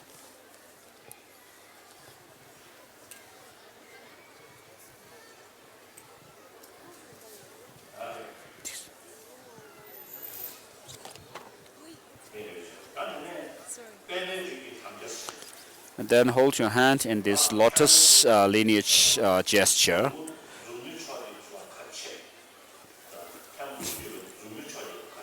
So put your hands together, the sides, and open your hands up and say Upam Pema.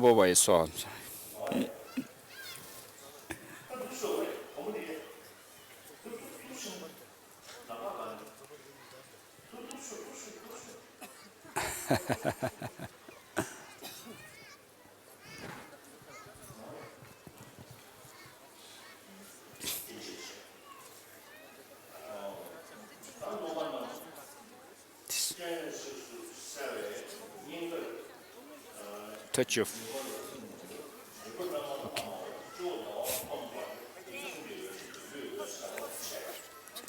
So with the three letters Om, Ah, and Home on your crown, throat, and heart, from these letters, rays of light emit, and your body becomes luminous. And next is Bodhisattva vows. Now, by taking the vow, what you're actually thinking is that you will become, not only think or wish to become a Buddha for the benefit of all sentient beings, but you also intend to actually engage in the Bodhisattva practices, such as the 6 paramitas and the 4 ways of attracting disciples.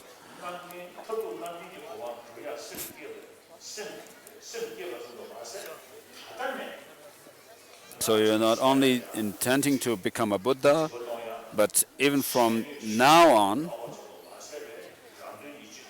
engage in practices of generosity, and also your body, speech, and mind are totally dedicated for the benefit of other sentient beings. And you will not lose heart, but put effort and persevere in all the practices which bring about happiness and well-being for others. And you think of practicing patience and the perfection of concentration and wisdom, and also the practices of the 4 ways of attracting disciples, gathering disciples, such as giving and giving teaching, talking gently, and actually showing the example yourself, and then giving them the teachings as to how to practice Bodhisattva, how to engage in Bodhisattva practices.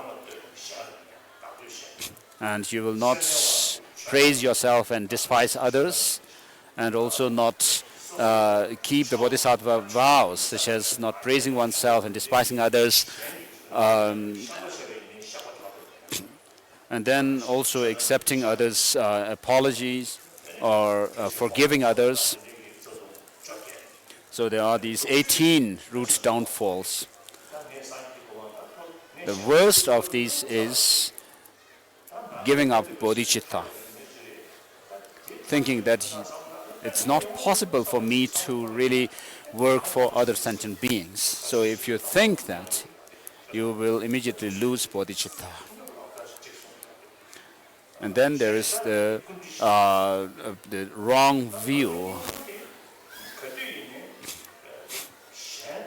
So for these two, the losing bodhicitta and wrong view, it's said that you don't need the 4 binding factors, whereas the other 16, for them to become a root downfall, you will need these. And so if you think of others' well-being, then you will not commit those other downfalls as well.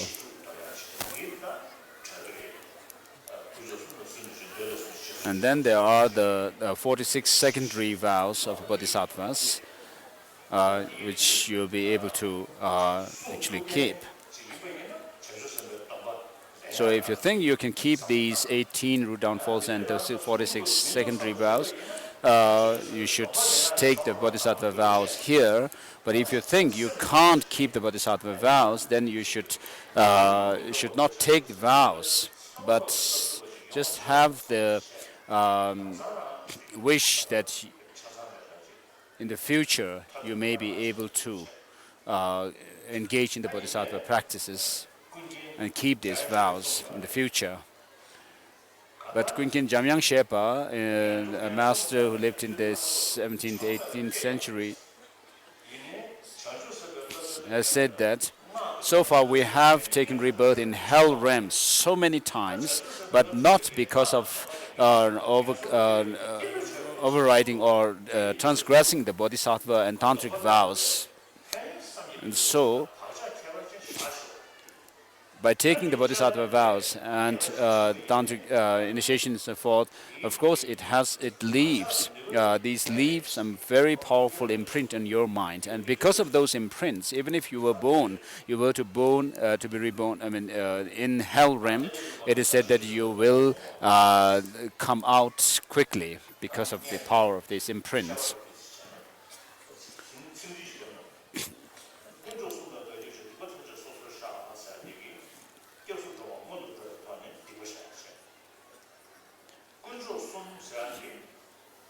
So the lines that we'll repeat after His Holiness goes through like this: I take refuge in the three jewels. I confess all negative deeds individually.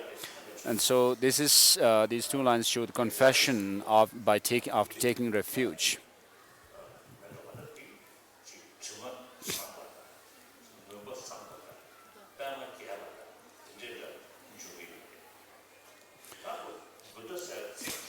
And then you say, I rejoice in the good deeds of others. And then the next line says, I will take to my heart the enlightenment of Buddhahood. So Buddhahood here, the term for Buddha in Sanskrit, the enlightenment in Sanskrit is Buddha, which has the meaning of, on the one hand, like called opening of a flower, and also overcoming all negativities. So opening of a flower and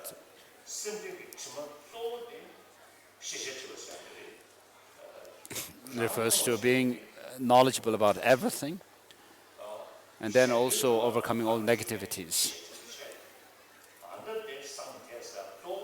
So you are free from all faults, and you are complete with all qualities and enlightenment.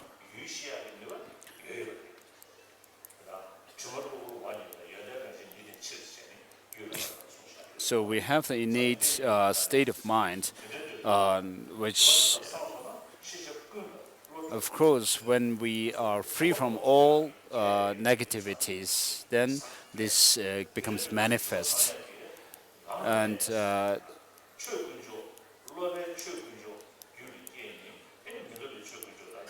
so what hinders us from reaching enlightenment or nirvana is basically the afflictive thoughts and emotions. And then what hinders us from actually becoming a Buddha is, and help other sentient beings, is that of the obscuration to knowledge, cognitive obscuration.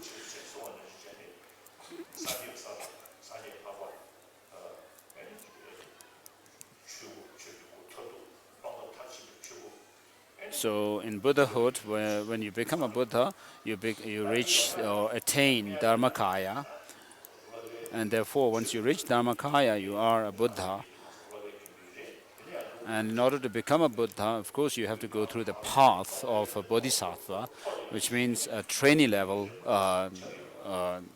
Arya being. And before that, of course, you have to reach, attain the lower paths and progress along. His Holiness was talking to some kids who needed to go to restroom. He told them to go. So we have the three jewels: the Buddha, Dharma, and Sangha. And even Tibetans sometimes use this to swear. And Kambas use another swearing, which is called Dikpa Kur.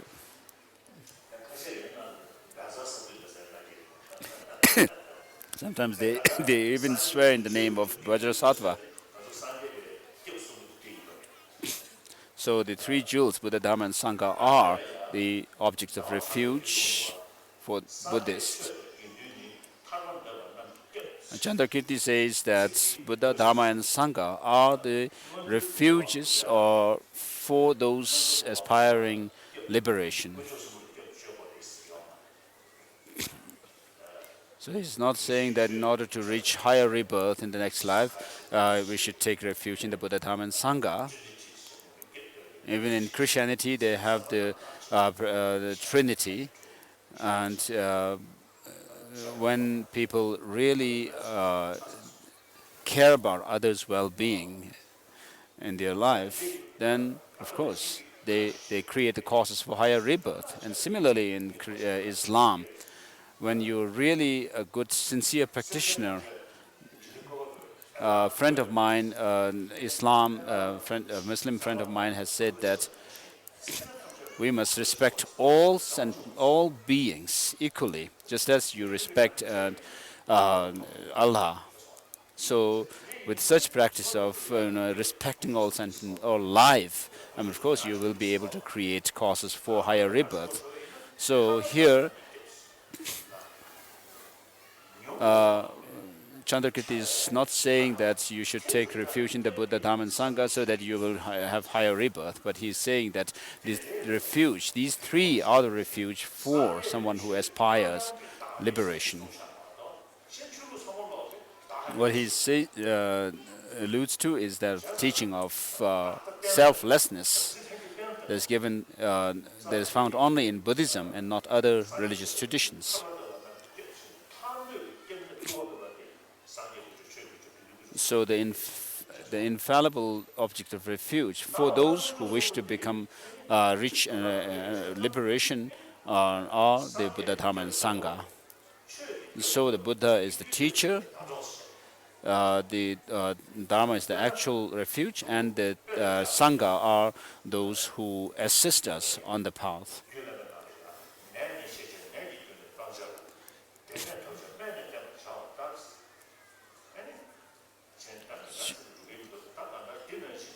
So just as you should diagnose the disease and then get the medication and cure the disease and finally regain your health, likewise the teaching. The teaching of the Buddha is like the medicine to cure the disease of our afflictive thoughts and emotions and others. And so this freedom from this disease is the cessation.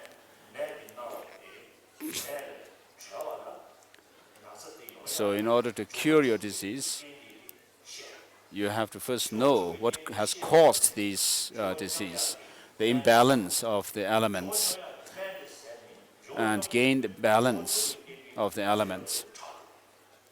And when your elements are balanced, then you'll be cured of the disease. And so, in order to get the cure, you have to rely on a doctor. So, the Buddha is like the doctor, not the medicine. And the Dharma is like the medicine. And then the Sangha are like the nurses. Therefore, Buddha, Dharma, and Sangha are the refuges for those who wish to become liberated.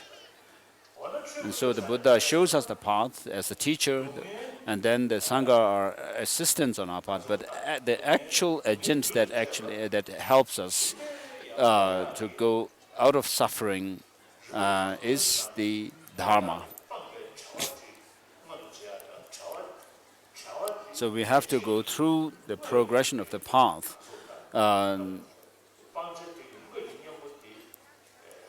We have to develop the antidote to the negativities by which we can actually experience the nirvana or cessation. And before reaching the cessation and before reaching the actual antidote, which is the path of seeing, we have to go through the path of preparation. And before that, we have to go to attain the path of accumulation. And so, through the path of, by going through the path of accumulation and preparation, then you will reach the path of seeing. And when you reach the path of seeing, you have attained the actual the antidote to the adventitious negativities within yourself. And then when you eliminate them, you attain the cessation within yourself. And then finally, still when you progress further and further, you will reach Buddhahood. So the true path that is generated within yourself when you reach the path of seeing, and the true cessation which you gain through that true path, are the actual dharmas. And so, through the practice of our morality, concentration, and wisdom, we actually can lead ourselves higher and higher to reach those paths.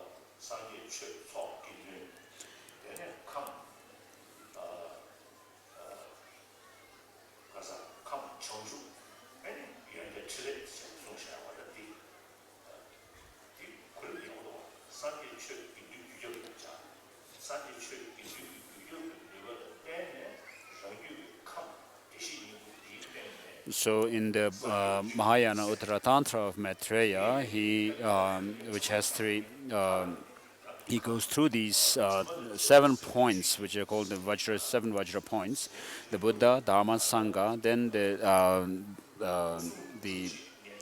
Tathagata Garbha, and then you have enlightenment and the qualities of Buddhahood and Buddhas, and then the enlightened activities of the Buddhas.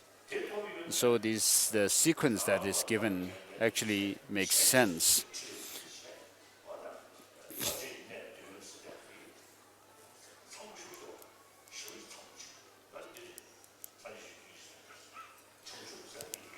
And so in the lines that we are going to repeat, there is a mention of I will take hold of the enlightenment of Buddhahood in my heart.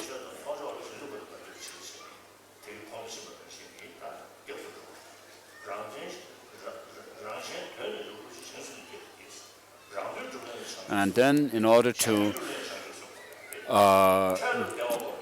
achieve the goal for oneself and others,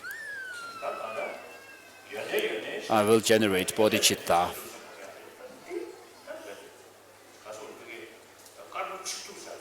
So whatever you wish to achieve, whether it's some goal for yourself or others, if you do practice bodhicitta, cultivate bodhicitta, you'll be able to fulfill all of them. And then having generated bodhicitta,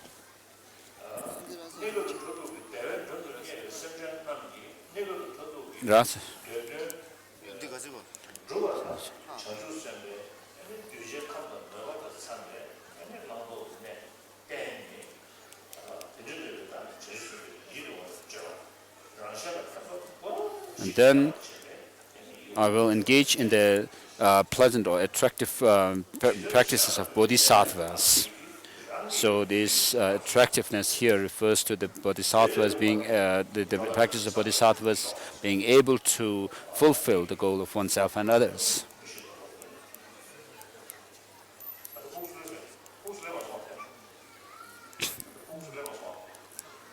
Zolan is asking if those kids who went to the toilet have come back or not, because we are now going to start the bodhisattva vows.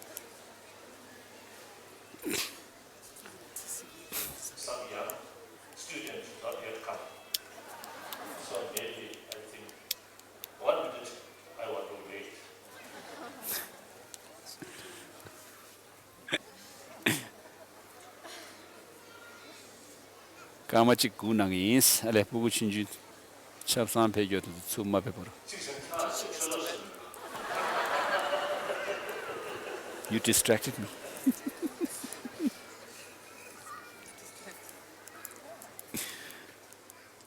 Sorry, I didn't hear the joke.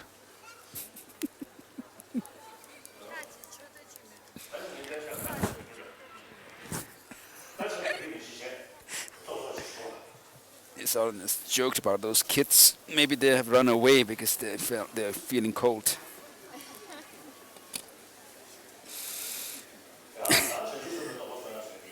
So please, this is taking bodhisattva vows. So this is the essence of the Nalanda tradition of Buddhism. So generating bodhicitta and taking bodhisattva vows. So imagine in front of you in the space Avalokiteshvara and Buddha's bodhisattvas and other deities. Think that you will have this determination to become a Buddha for the benefit of all sentient beings, and in order to reach that state of Buddhahood, that you will cultivate, take the bodhisattva vows. Just as all those masters of the past, of India, and also the masters of the Tibetan Buddhist traditions. So all of them have made this practice as the essence of their practice.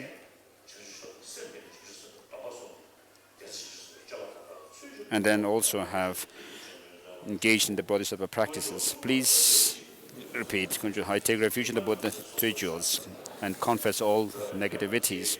Rejoice in the good deeds of others. I take to heart the Buddha enlightenment. To the Buddha, Dharma, and Sangha, I take refuge until enlightenment. In order to benefit oneself and others, I'll generate bodhicitta. Having generated this bodhicitta, I'll call all sentient beings as guests, my guests, and engage in the attractive bodhisattva deeds. May I become a Buddha for the benefit of all sentient beings.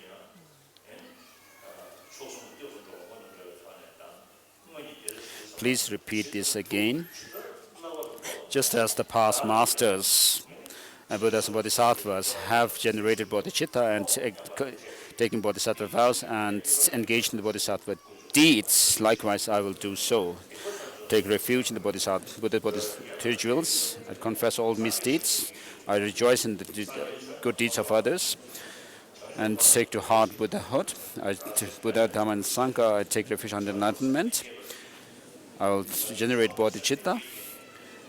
Having generated bodhicitta, I'll call all sentient beings as my guests and engage in the attractive bodhisattva practices in order to become a Buddha for the benefit of all sentient beings. Now these girls have come back.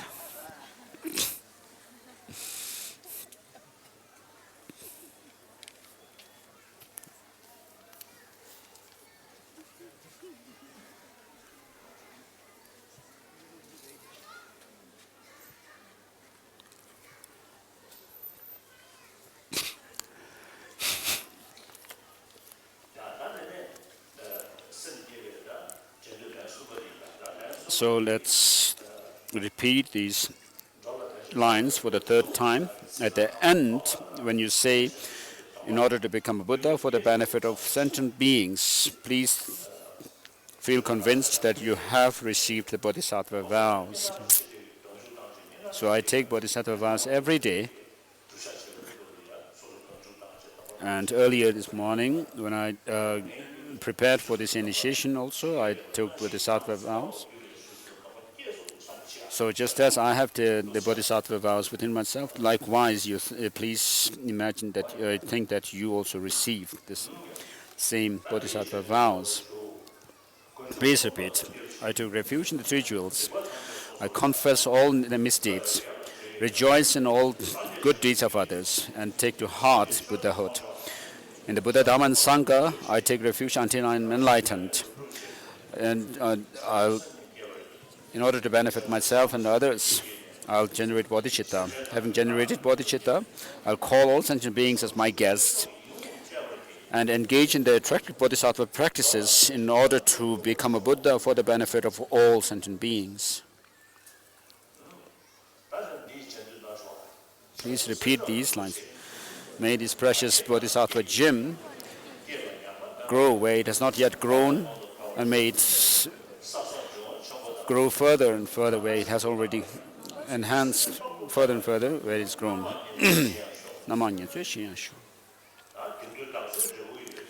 Today my life has borne fruit. My human life has become precious.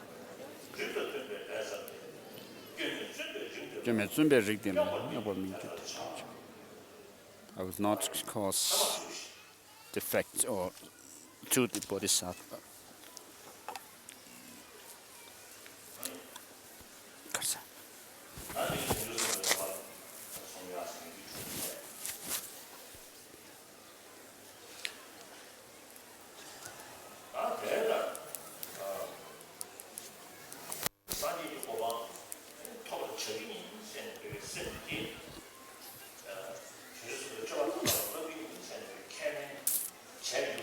So having promised that you will engage in the bodhisattva practices, now in order to reach the goal of Buddhahood,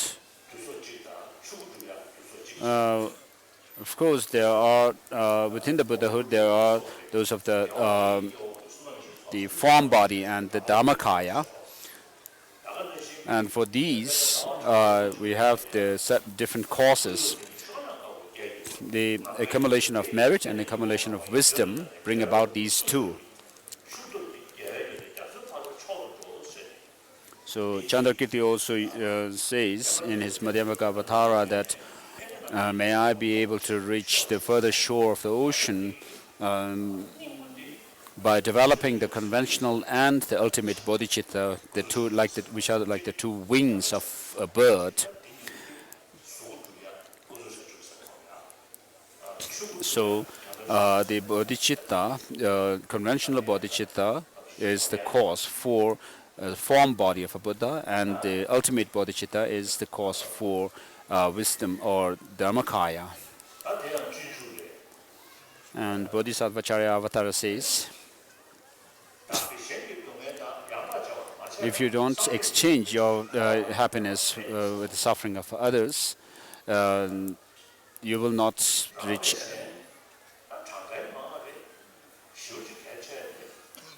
You will not have happiness, even in samsara, live alone, reaching enlightenment or Buddhahood. Therefore, if you engage in helping other sentient beings, your own goal of happiness will come by.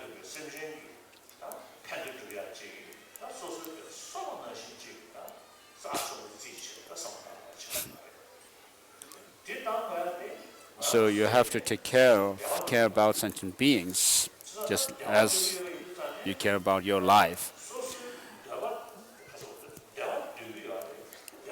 So we want happiness, but if you let yourself under the sway of self-centered attitude, then you will not, of course, reach Buddhahood.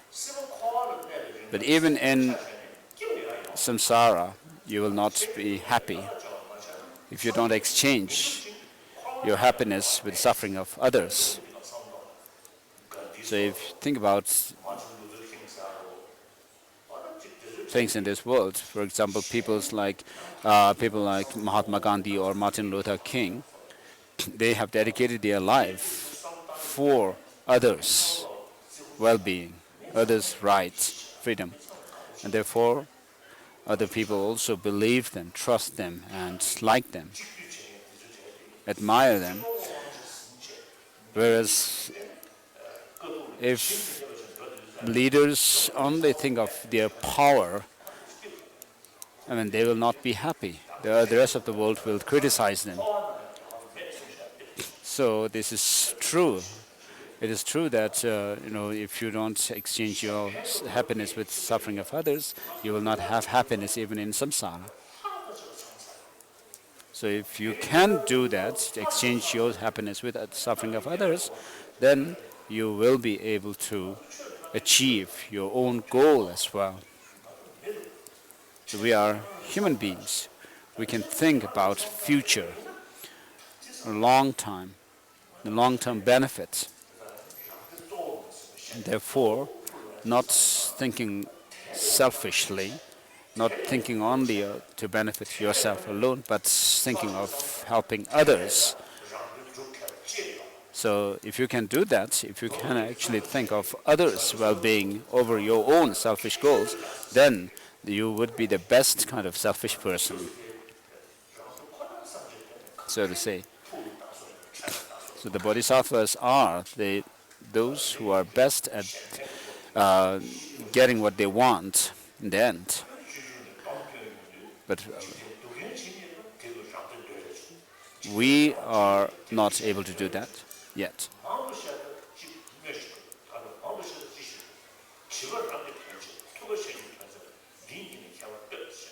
So Bodhisattva Charyavatara, in Bodhisattva Charyavatara, Shantideva says that all the happiness, well-being in the world come from selfish motive, selfish attitude, and all the happiness in the world come from thinking of others, cherishing others. And what more needs to be said, look at the difference between the Buddhas and the sentient beings. So the Buddhas have become fully enlightened because of having practiced, having cherished others over themselves. And we are still left in samsara because of our selfish attitude. We still are overpowered by the contaminated psychophysical aggregates. It's because of the having bent ourselves to giving ourselves into the selfish motive, selfish attitude.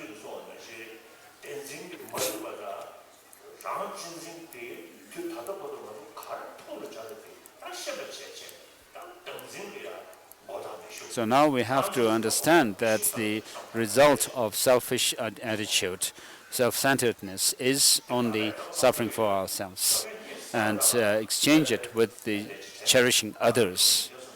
I do this on a daily basis. I say this verse. I say this verse from Mula Madhyamaka Karika, which says, I prostrate to you, Gautama, who out of your compassion taught us the holy Dharma in order to rid us of all wrong views. And so I do this right in the beginning of my day when I wake up.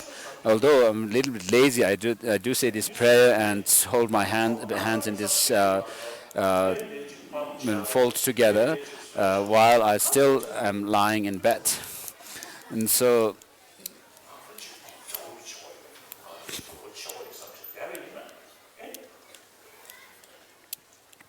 if you just think that I have to do something, if I give a dirty joke,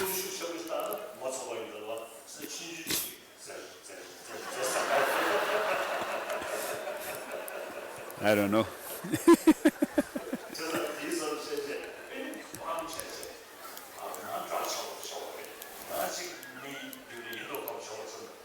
So you should not, in other words, His Holiness is talking about not being too formal and serious in front of others. Of course, you should think that everybody is same. We are all same human beings. They don't want suffering, they want happiness. I want happiness and not suffering. And so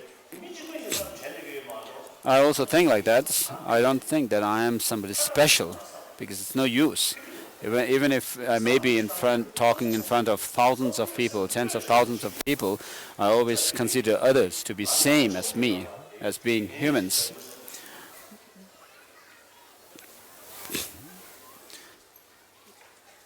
So there's no need to be formal. And so if you think about the bodhisattva trainings or practices of bodhisattvas, this gives you real joy in your heart. Recently, when my friend, very close friend, with whom I really joke very much, Bishop Tutu, I went to receive him at the airport.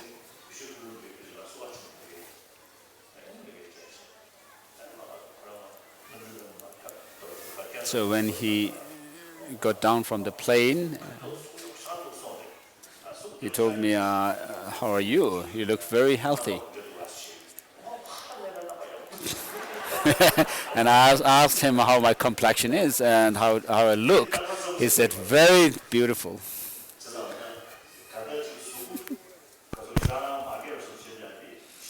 So I'm very healthy. So it's because I'm happy. I'm always feeling relaxed.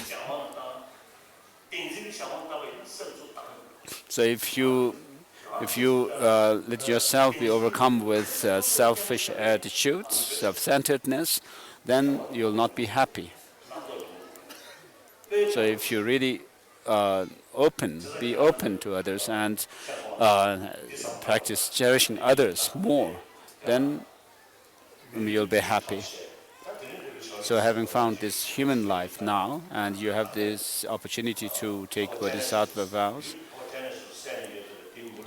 Now, earlier we said that you have imagined yourself as Avalokiteshvara.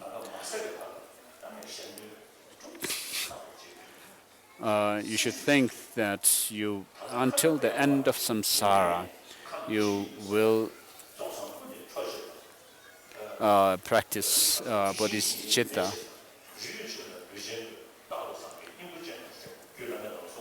So Mahayana Uttara Tantra says that we have the potential for becoming enlightened. So we have the innate clear light nature of the mind, and because of this is sometimes termed as the enlightenment within yourself, which is innate within yourself. So sometimes the term primordial Buddha Buddhahood is used, which refers to this potential within us to become a Buddha. In other words, the Tathagata Garbha or Buddha nature. And we have to know that we have this potential and take care of it and nurture it and generate bodhicitta. Now, generate bodhicitta within yourself. So first generate bodhicitta. Think of becoming a Buddha for the benefit of all sentient beings. So this is bodhicitta.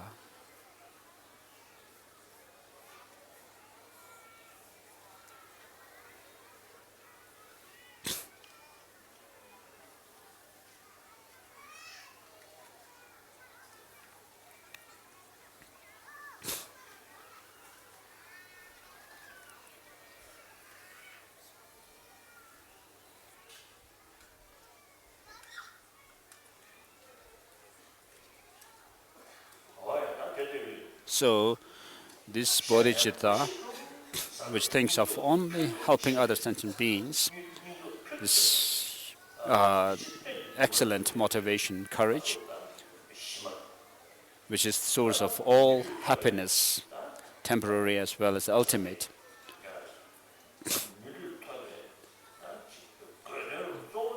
In other words, you should think that this is the essence of your practice as human beings, having found this human life. This is the essence of your life.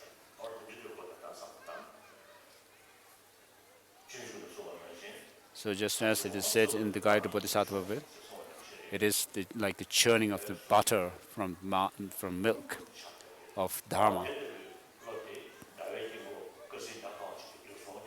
So imagine that this bodhicitta that you have meditated transforms into a moon disk at your heart.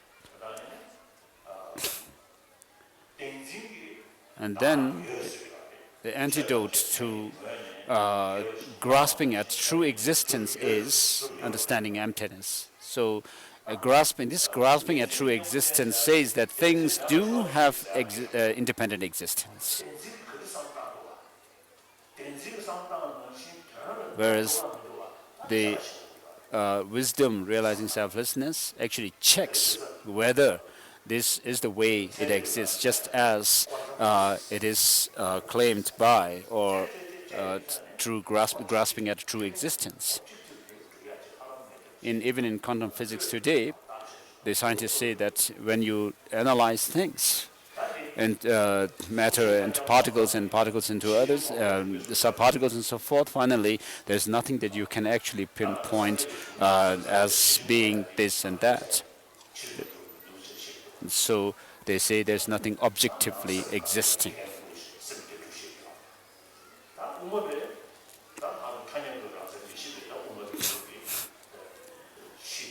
So of course lower schools of Tibetan Buddhism say that of course still, although you cannot find something objectively out there, still the mind is truly existent.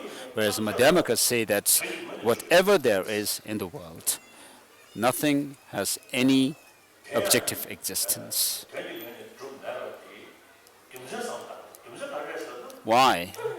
There should be a reason to this. Because they are dependent on others. So something which is dependent cannot be independent. They are mutually exclusive. So as we talked about earlier, when you were to find this I,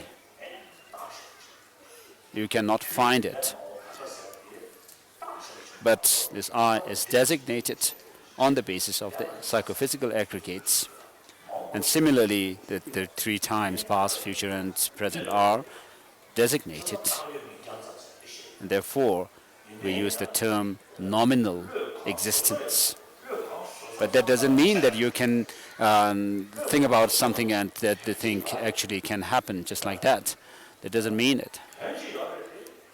Although there is an object, if you were to find that object within it, you'll find that it's merely labeled. It's merely that object exists merely by way of designation. So what is left is the name, because you cannot find that thing with that label in the object itself.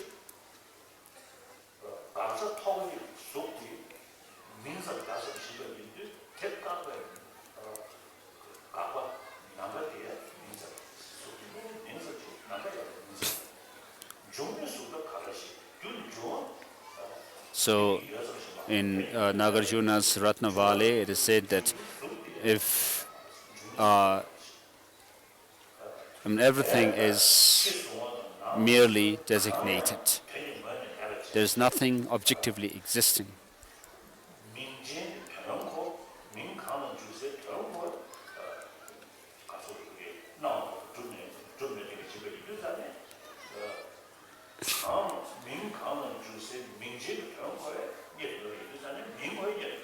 So since there's nothing objectively existent, you also know that the name itself doesn't have any intrinsic existence. Sometimes when we say there's nothing objectively existing, there's only name, it might give you the idea that the name then must be something that exists independently. But that's not the case either. When there is no object that the name actually is used for, you cannot also have the name independently existing as well. And so you have to know that there is nothing which exists independently. So in short, as Shantideva says, Ayadeva says in his 400 verses, what is dependently arising does not have any autonomous existence. Things which are dependent on others for its identity cannot be autonomous. Therefore, all these do not have autonomous existence, and therefore there is no self. Now, when we say no self, selflessness, it doesn't mean we are not that we are rejecting the self in the sense of when we make the distinction between I or self as myself and you. So self in selflessness means that there is no static, independent, objectively existing person. So we are not rejecting the conventionally existing self, as we refer to myself and yourself and so forth. And in that sense, the self is there, but then the self being rejected is the independently existent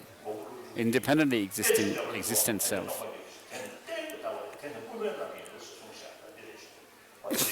So Nagarjuna also says,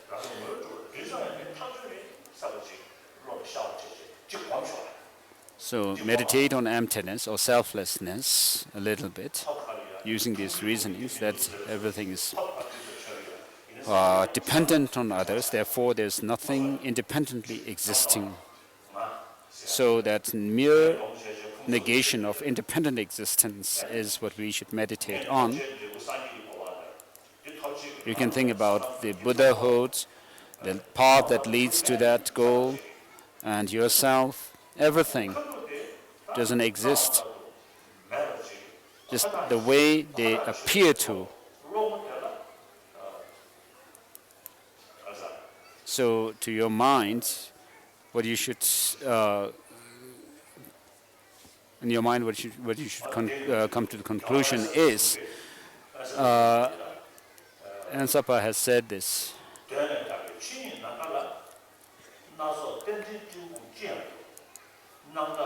In this space or the sky, which is pure by nature, the clouds of all these myriads of things appear.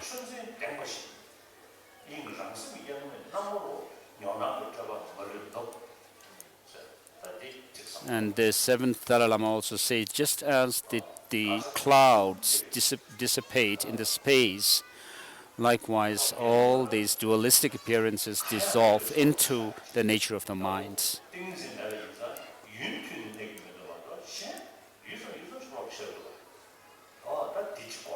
So meditate on this kind of emptiness or selflessness, that things do not have any inherent existence, that they do not have any intrinsic nature in themselves.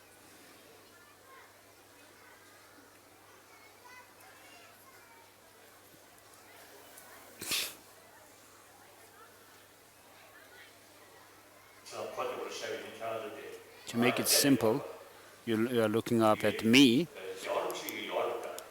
and you think, of course, His Holiness is up there on the throne, but then you should think like this, that His Holiness or Tenzin Gyatso, who is He? I hear His voice, I see His body, and through His voice and through His body expressions, and I could perhaps infer that maybe he's thinking this or thinking that. So you will be able to infer some of my thoughts. I mean, whose mind is that? To whom does it belong? Of course, it's His Holiness's. My voice is not me. My mind is, my thoughts are not me.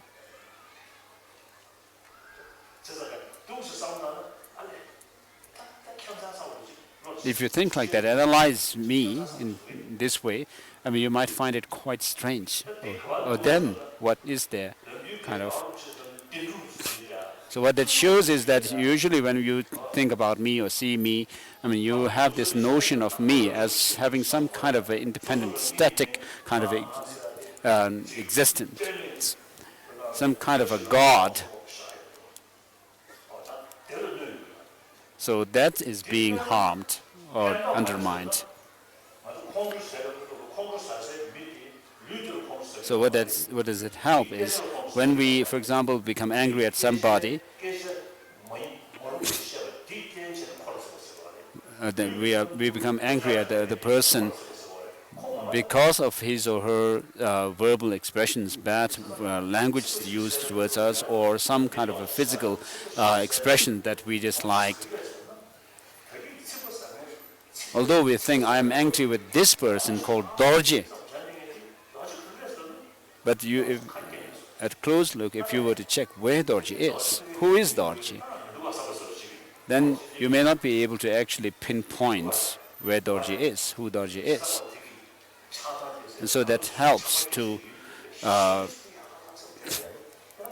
undermine this intense emotion that you get when usually you think about others as having some kind of a, which comes because of thinking of some independently existing Dorji or somebody there. So this is being kind of checked when you meditate on emptiness or selflessness. So please meditate on selflessness.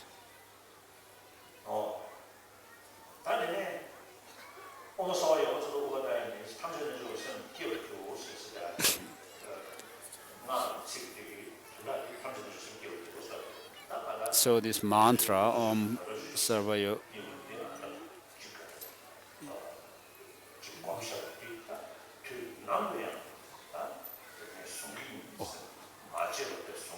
Now, please repeat this mantra. Om Sarva Yoga Chitta Upatayami. Om Sarva Yoga Chitta Upatayami. Om Sarva Yoga Chitta. I think we missed one thing here. So actually we have to go through the process of transforming this understanding or insight into emptiness into a Vajra on the moon disk.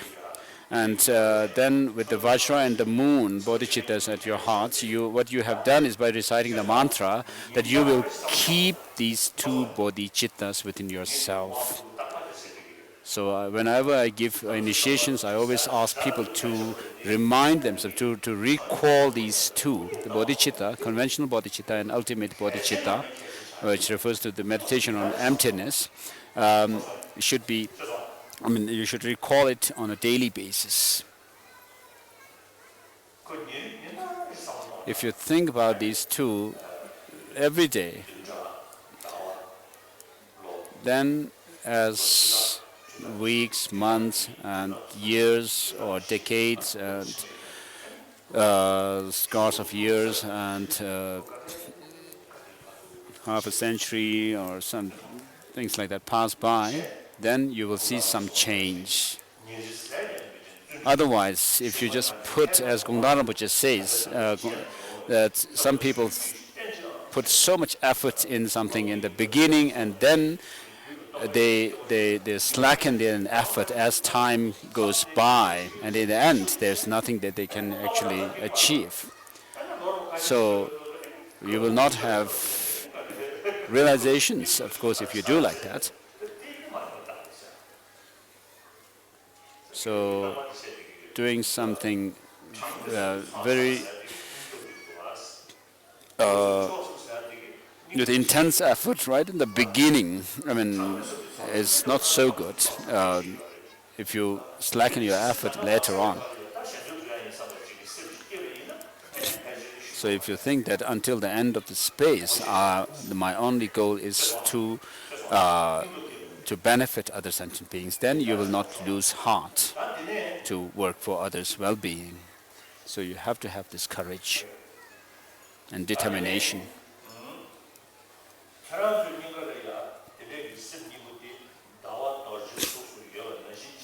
So just as you have imagined the moon and the Vajra at your heart, think that the same similar moon and Vajra are at the heart of the Guru.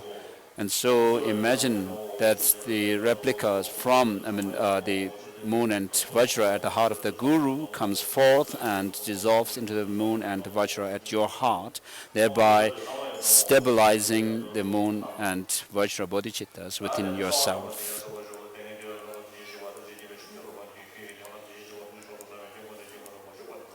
So next is actually asking the disciples to keep the secrecy, keep secret the practice of Tantra and not to disclose it to those who are not initiated and who have no faith in Tantra.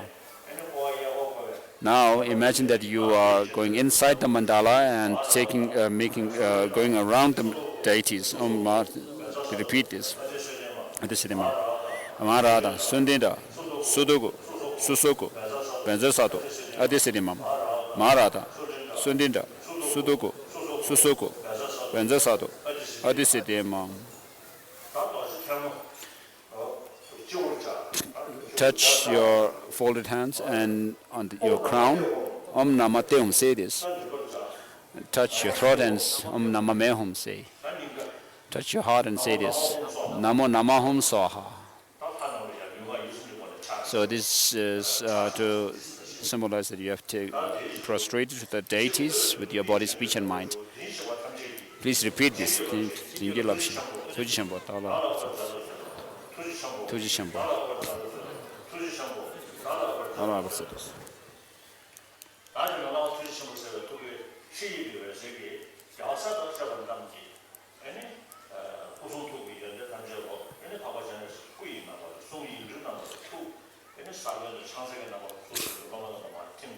So imagine that the compassion of Buddhas and Bodhisattvas come in the form of Avalokiteshvara, the blessings of body in the form of Avalokiteshvara, and blessings of speech in the form of mantras of Avalokiteshvara, and the blessings of their mind in the form of the symbols and these seed syllable of Avalokiteshvara, and descend into you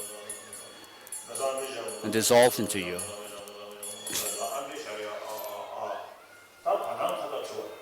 Next is asking what color appears to your eyes. Those of you who have the blindfold, cover your eyes a little bit, and those who don't have the blindfold, just close your eyes a little bit. And when he's on us, what appears to your eyes, just open your eyes, or those who have the blindfolds, take off the blindfold a little bit and look up in the space. Look up in the space now. Suddenly look up in the space.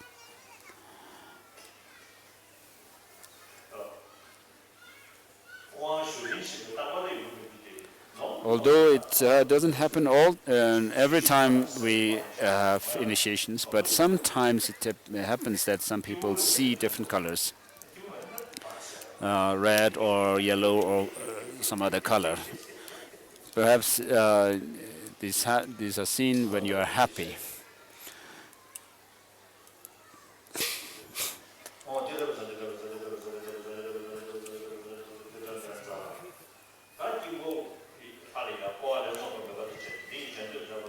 Please repeat this. Sri Benzakorta, you are going around the mandala. Sri Benzakorta, hulu hulumpe. Sri Benzakorta, hayagirwa, hulu hulumpe.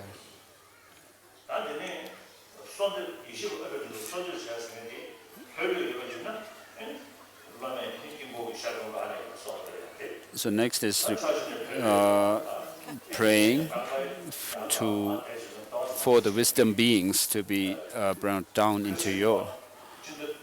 If the Lama has time and is good, healthy, then he can come down from the throne and go to the mandala. So sometime in July and August, I was not feeling well.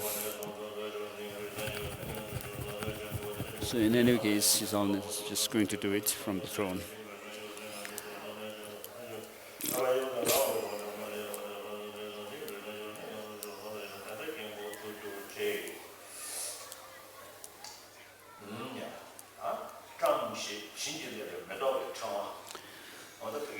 So you have the flowers with you.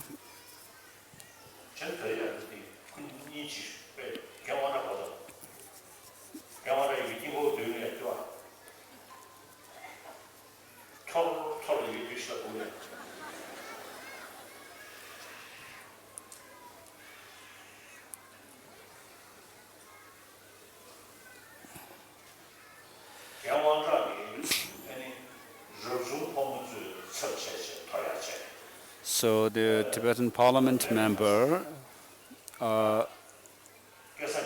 Gesang Gyaltsen La, will represent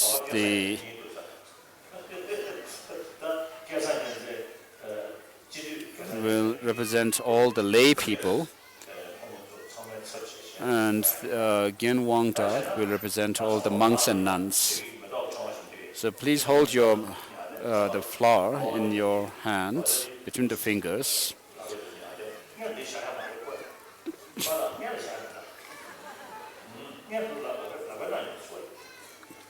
Hold the flower in your hands. So one Tibetan old man seems to be too familiar, and he just put the flower on his head already, which is not supposed to be done yet. So it's certain that if we put effort, we can become Buddhas because we have the Buddha nature. Now, with regard to the different techniques and the means which you apply within yourself and practice to become a Buddha. So within the Tantra, there are the 5 Buddha families: Akshobhya, Ratnasambhava, Amitabha, Amoghasiddhi, and Vairocana. And so now, if you know which lineage you belong to, and if it is more effective if you do practice in relation to that particular Buddha family, and therefore this is checked by throwing the flower in the mandala. So please hold the flower between your fingers and pray that, make your wish that it may fall on the deity with whom you have this special karmic connection. First, please repeat this. Sanje kunjung tabjishi. Altuze kono. Member kono. Mbeza Gyan.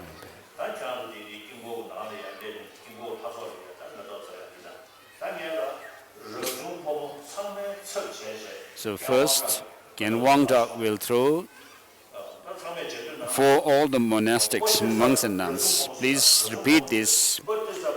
Monks and nuns, please repeat this.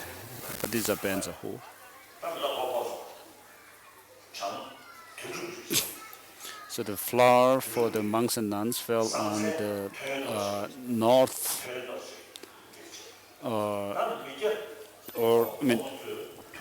on Amoghasiddhi. And the secret name is Denya Dorje.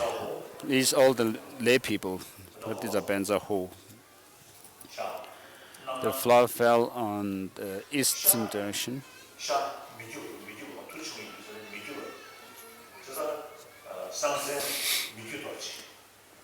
And for lay people, the secret name is Akshobhya Vajra.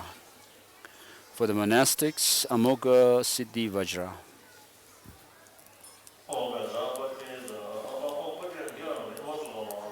Amogha Vajra.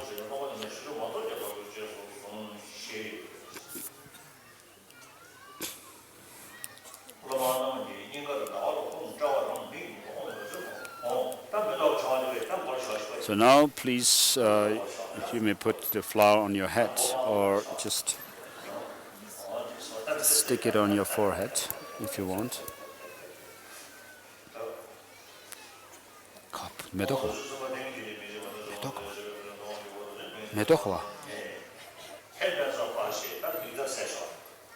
Now take off the blindfolds, please.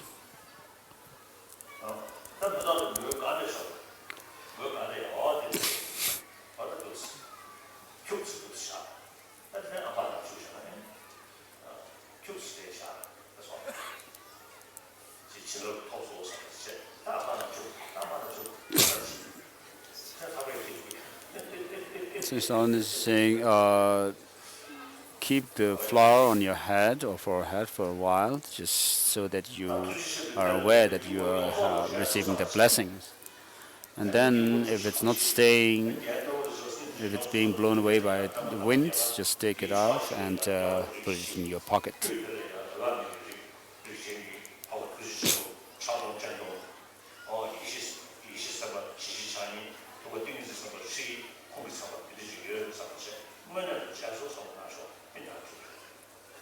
And now imagine that you are able to see the mandala deities with Avalokiteshvara, who belongs to the Amitabha lineage, in the center, with another deity at the heart, and then the syllable at his heart.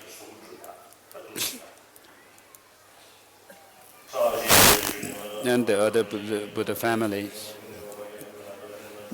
This mandala offering for the initiation. Please repeat this.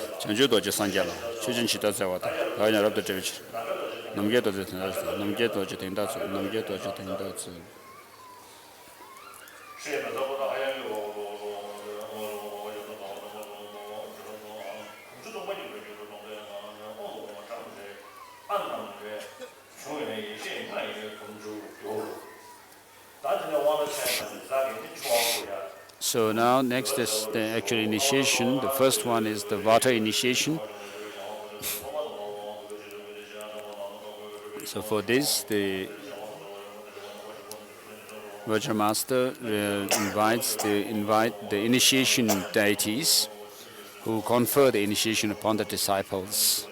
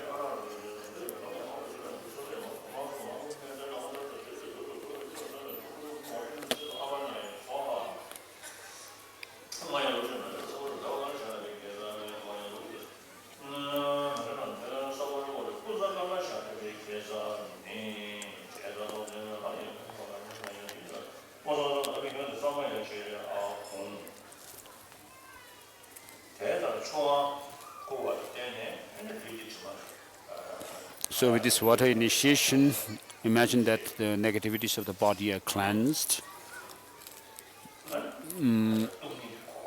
It leaves the imprint for the negativities to be cleansed.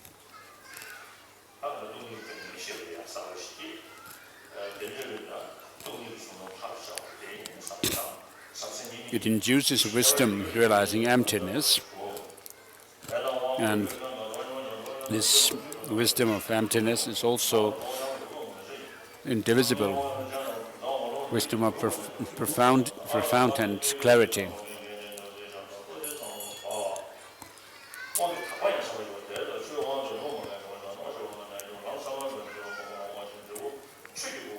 So this initiation, the water initiation, leaves the imprint for attaining Dharmakaya in the end. Please repeat these requests.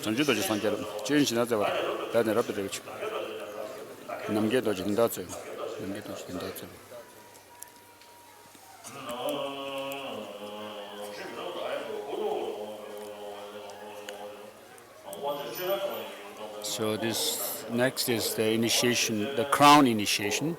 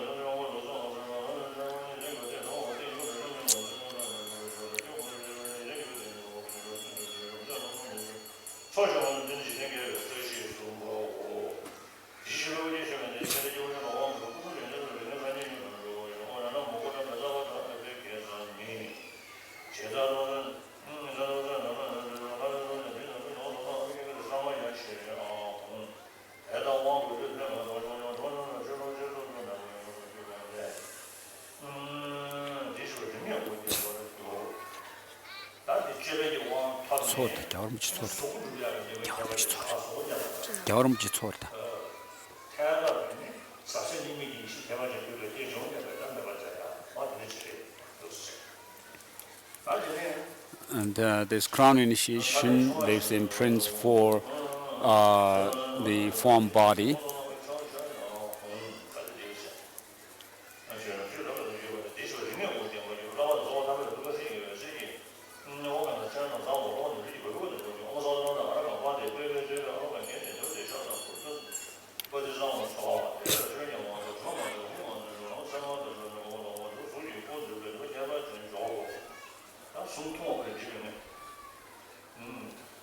Next is the repetition.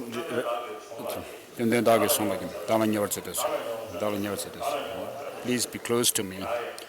So the Guru appearing as Chandra Avalokiteshvara has wisdom being at his heart, and at the wisdom being's heart is the Shri syllable, and around the Shri syllable is the Om Mani Padme Hum, the 6-syllable mantra.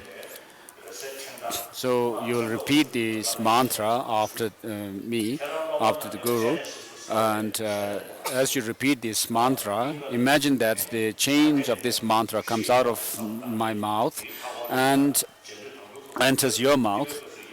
And you'll repeat this 3 times. The first time you repeat it, you imagine that the chains of mantra come out of the Guru's mouth and enters your mouth and are placed at your heart, around the Shri syllable at your heart. And then at the second time, the second chain of mantra comes and becomes again, they go down your mouth and stands on the mantra at your heart, and then at the third time, the chains of mantra come out and enter your mouth and become indivisible. One, it's the mantra at your heart. And so here, with regard to the mantra, the Om represents body, speech, and mind. It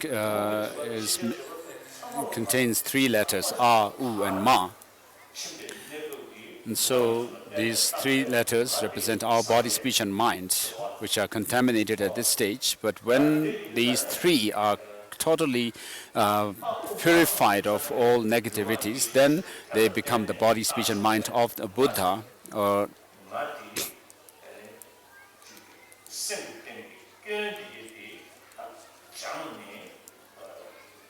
And so someone with the body, speech, and mind is designated on the basis of them.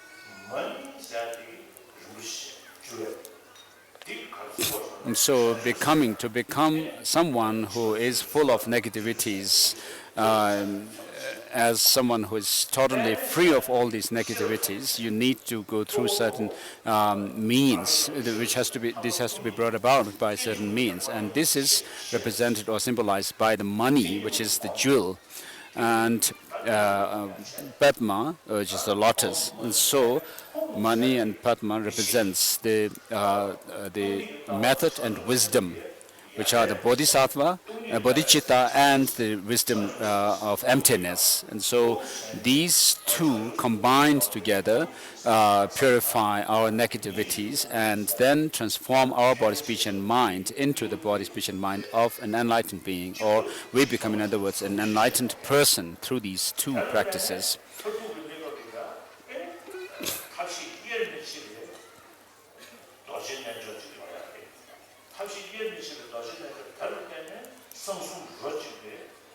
And so through these practice, we can attain the indivisible Vajra practice of method and wisdom, which bring about the 3 secrets which are indivisible in a Buddha.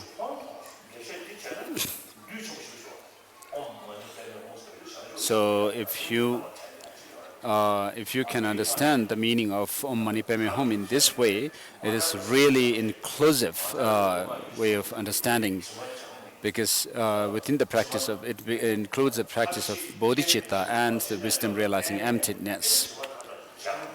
So through the yoga, Vajra yoga, which is inseparable method and wisdom, then you can purify your body, speech, and mind into and become and attain pure body, speech, and mind of a Buddha. Perhaps it is some Amdo master from Tashikil monastery in Amdo.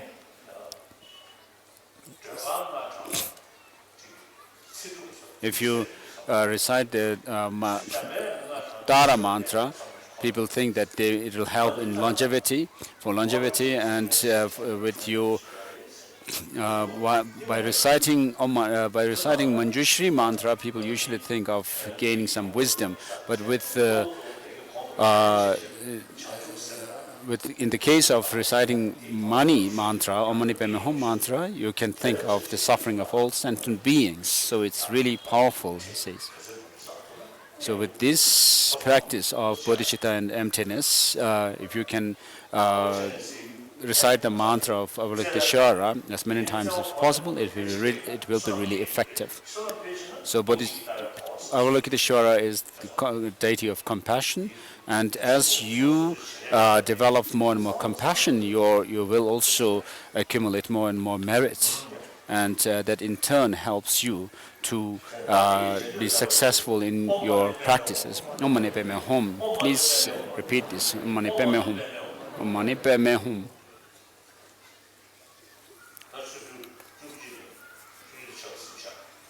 It's 11:30 now. Let's recite this Om Mani Padme Hum mantra 21 times together. Om Mani Padme Hum, Mani Padme Hum, Mani Padme Hum, Mani Padme Hum, Mani Padme Hum, Mani Padme Hum, Mani Padme Hum, Mani Padme Hum, Mani Padme Hum, Mani Padme Hum, Mani Padme Hum, Mani Padme Hum, Mani Padme Hum, Mani Padme Hum, Mani Padme Hum, Mani Padme Hum, Mani Padme Hum, Mani Padme Hum, Mani Padme Hum. Mani Padme Hum, Mani Padme Hum, Mani Padme Hum, Mani Padme Hum, Mani Padme Hum, Mani Padme Hum, Mani Padme Hum, Mani Padme Hum, Mani Padme Hum, Mani Padme Hum, Mani Padme Hum.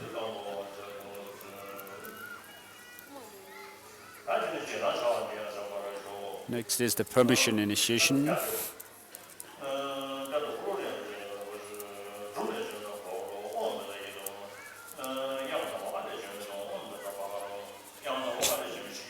So you're given all these. Imagine that you are being given a wheel and a conch and a scripture. Because you have received the initiation now, think of, to the best of your ability, whenever it's really appropriate, give teachings on emptiness. But if it's not befitting to give such teachings on emptiness, then you have to tell others to have good heart, warm-heartedness. Even if someone, it may be someone who despises religion, like an atheist. If you tell them to have good heart, I mean, they will not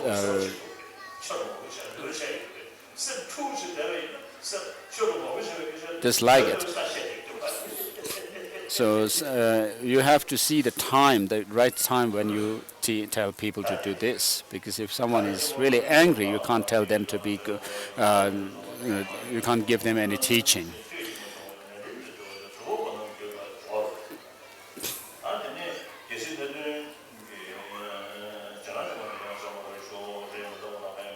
Next, imagine that you are being given the 8 auspicious substances and the 8 royal emblems.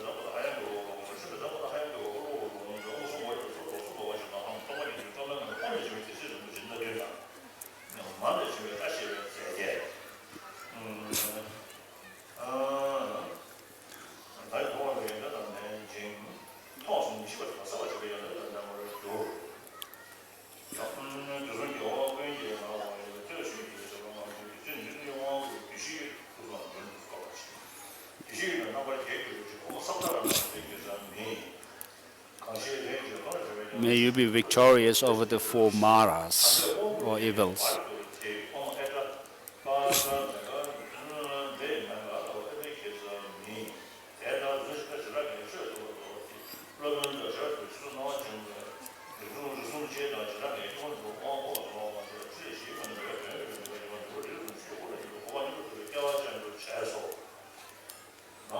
So with this,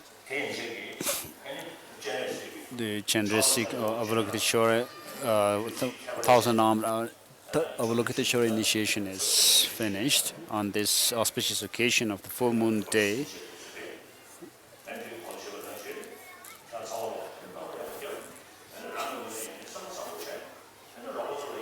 So do your best to cultivate, to keep a good, warm heart and help others also as best as you can. So we have so many natural disasters as well as disasters and problems created by humans. So you should make prayers for them to stop. And I have not much to say. Last year at this time, I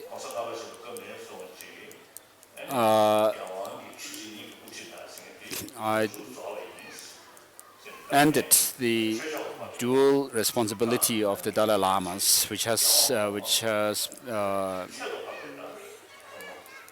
started since the fifth Dalai Lama's time. And so now the first, second, and third Dalai Lamas and the fourth Dalai Lama, they only lived as religious leaders, religious masters.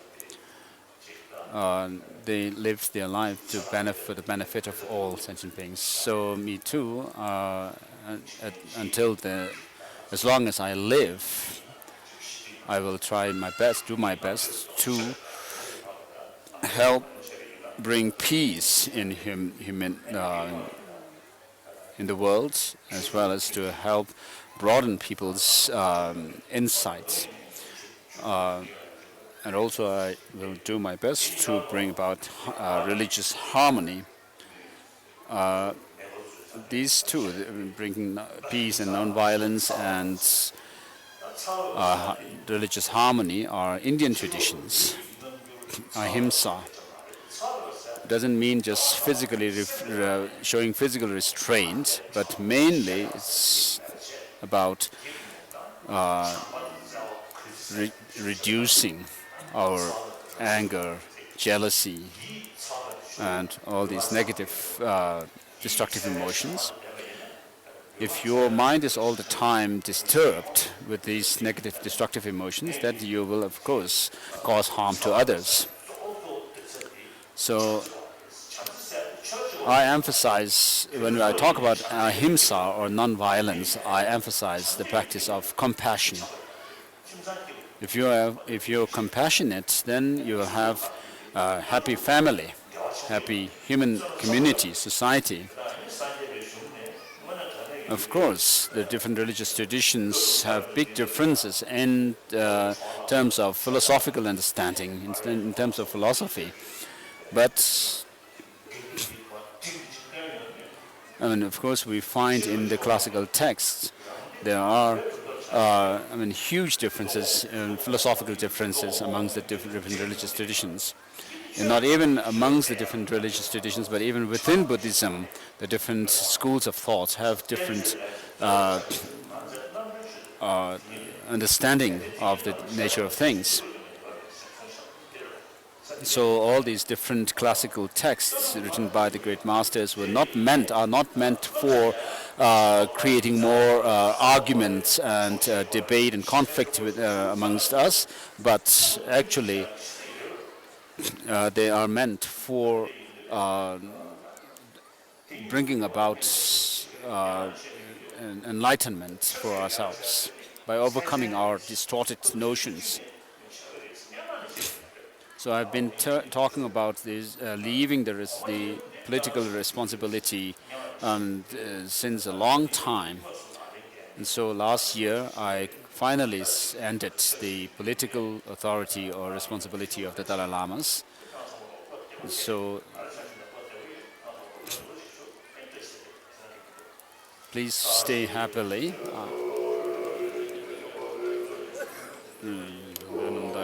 Mandala offering, is Thanksgiving mandala offering.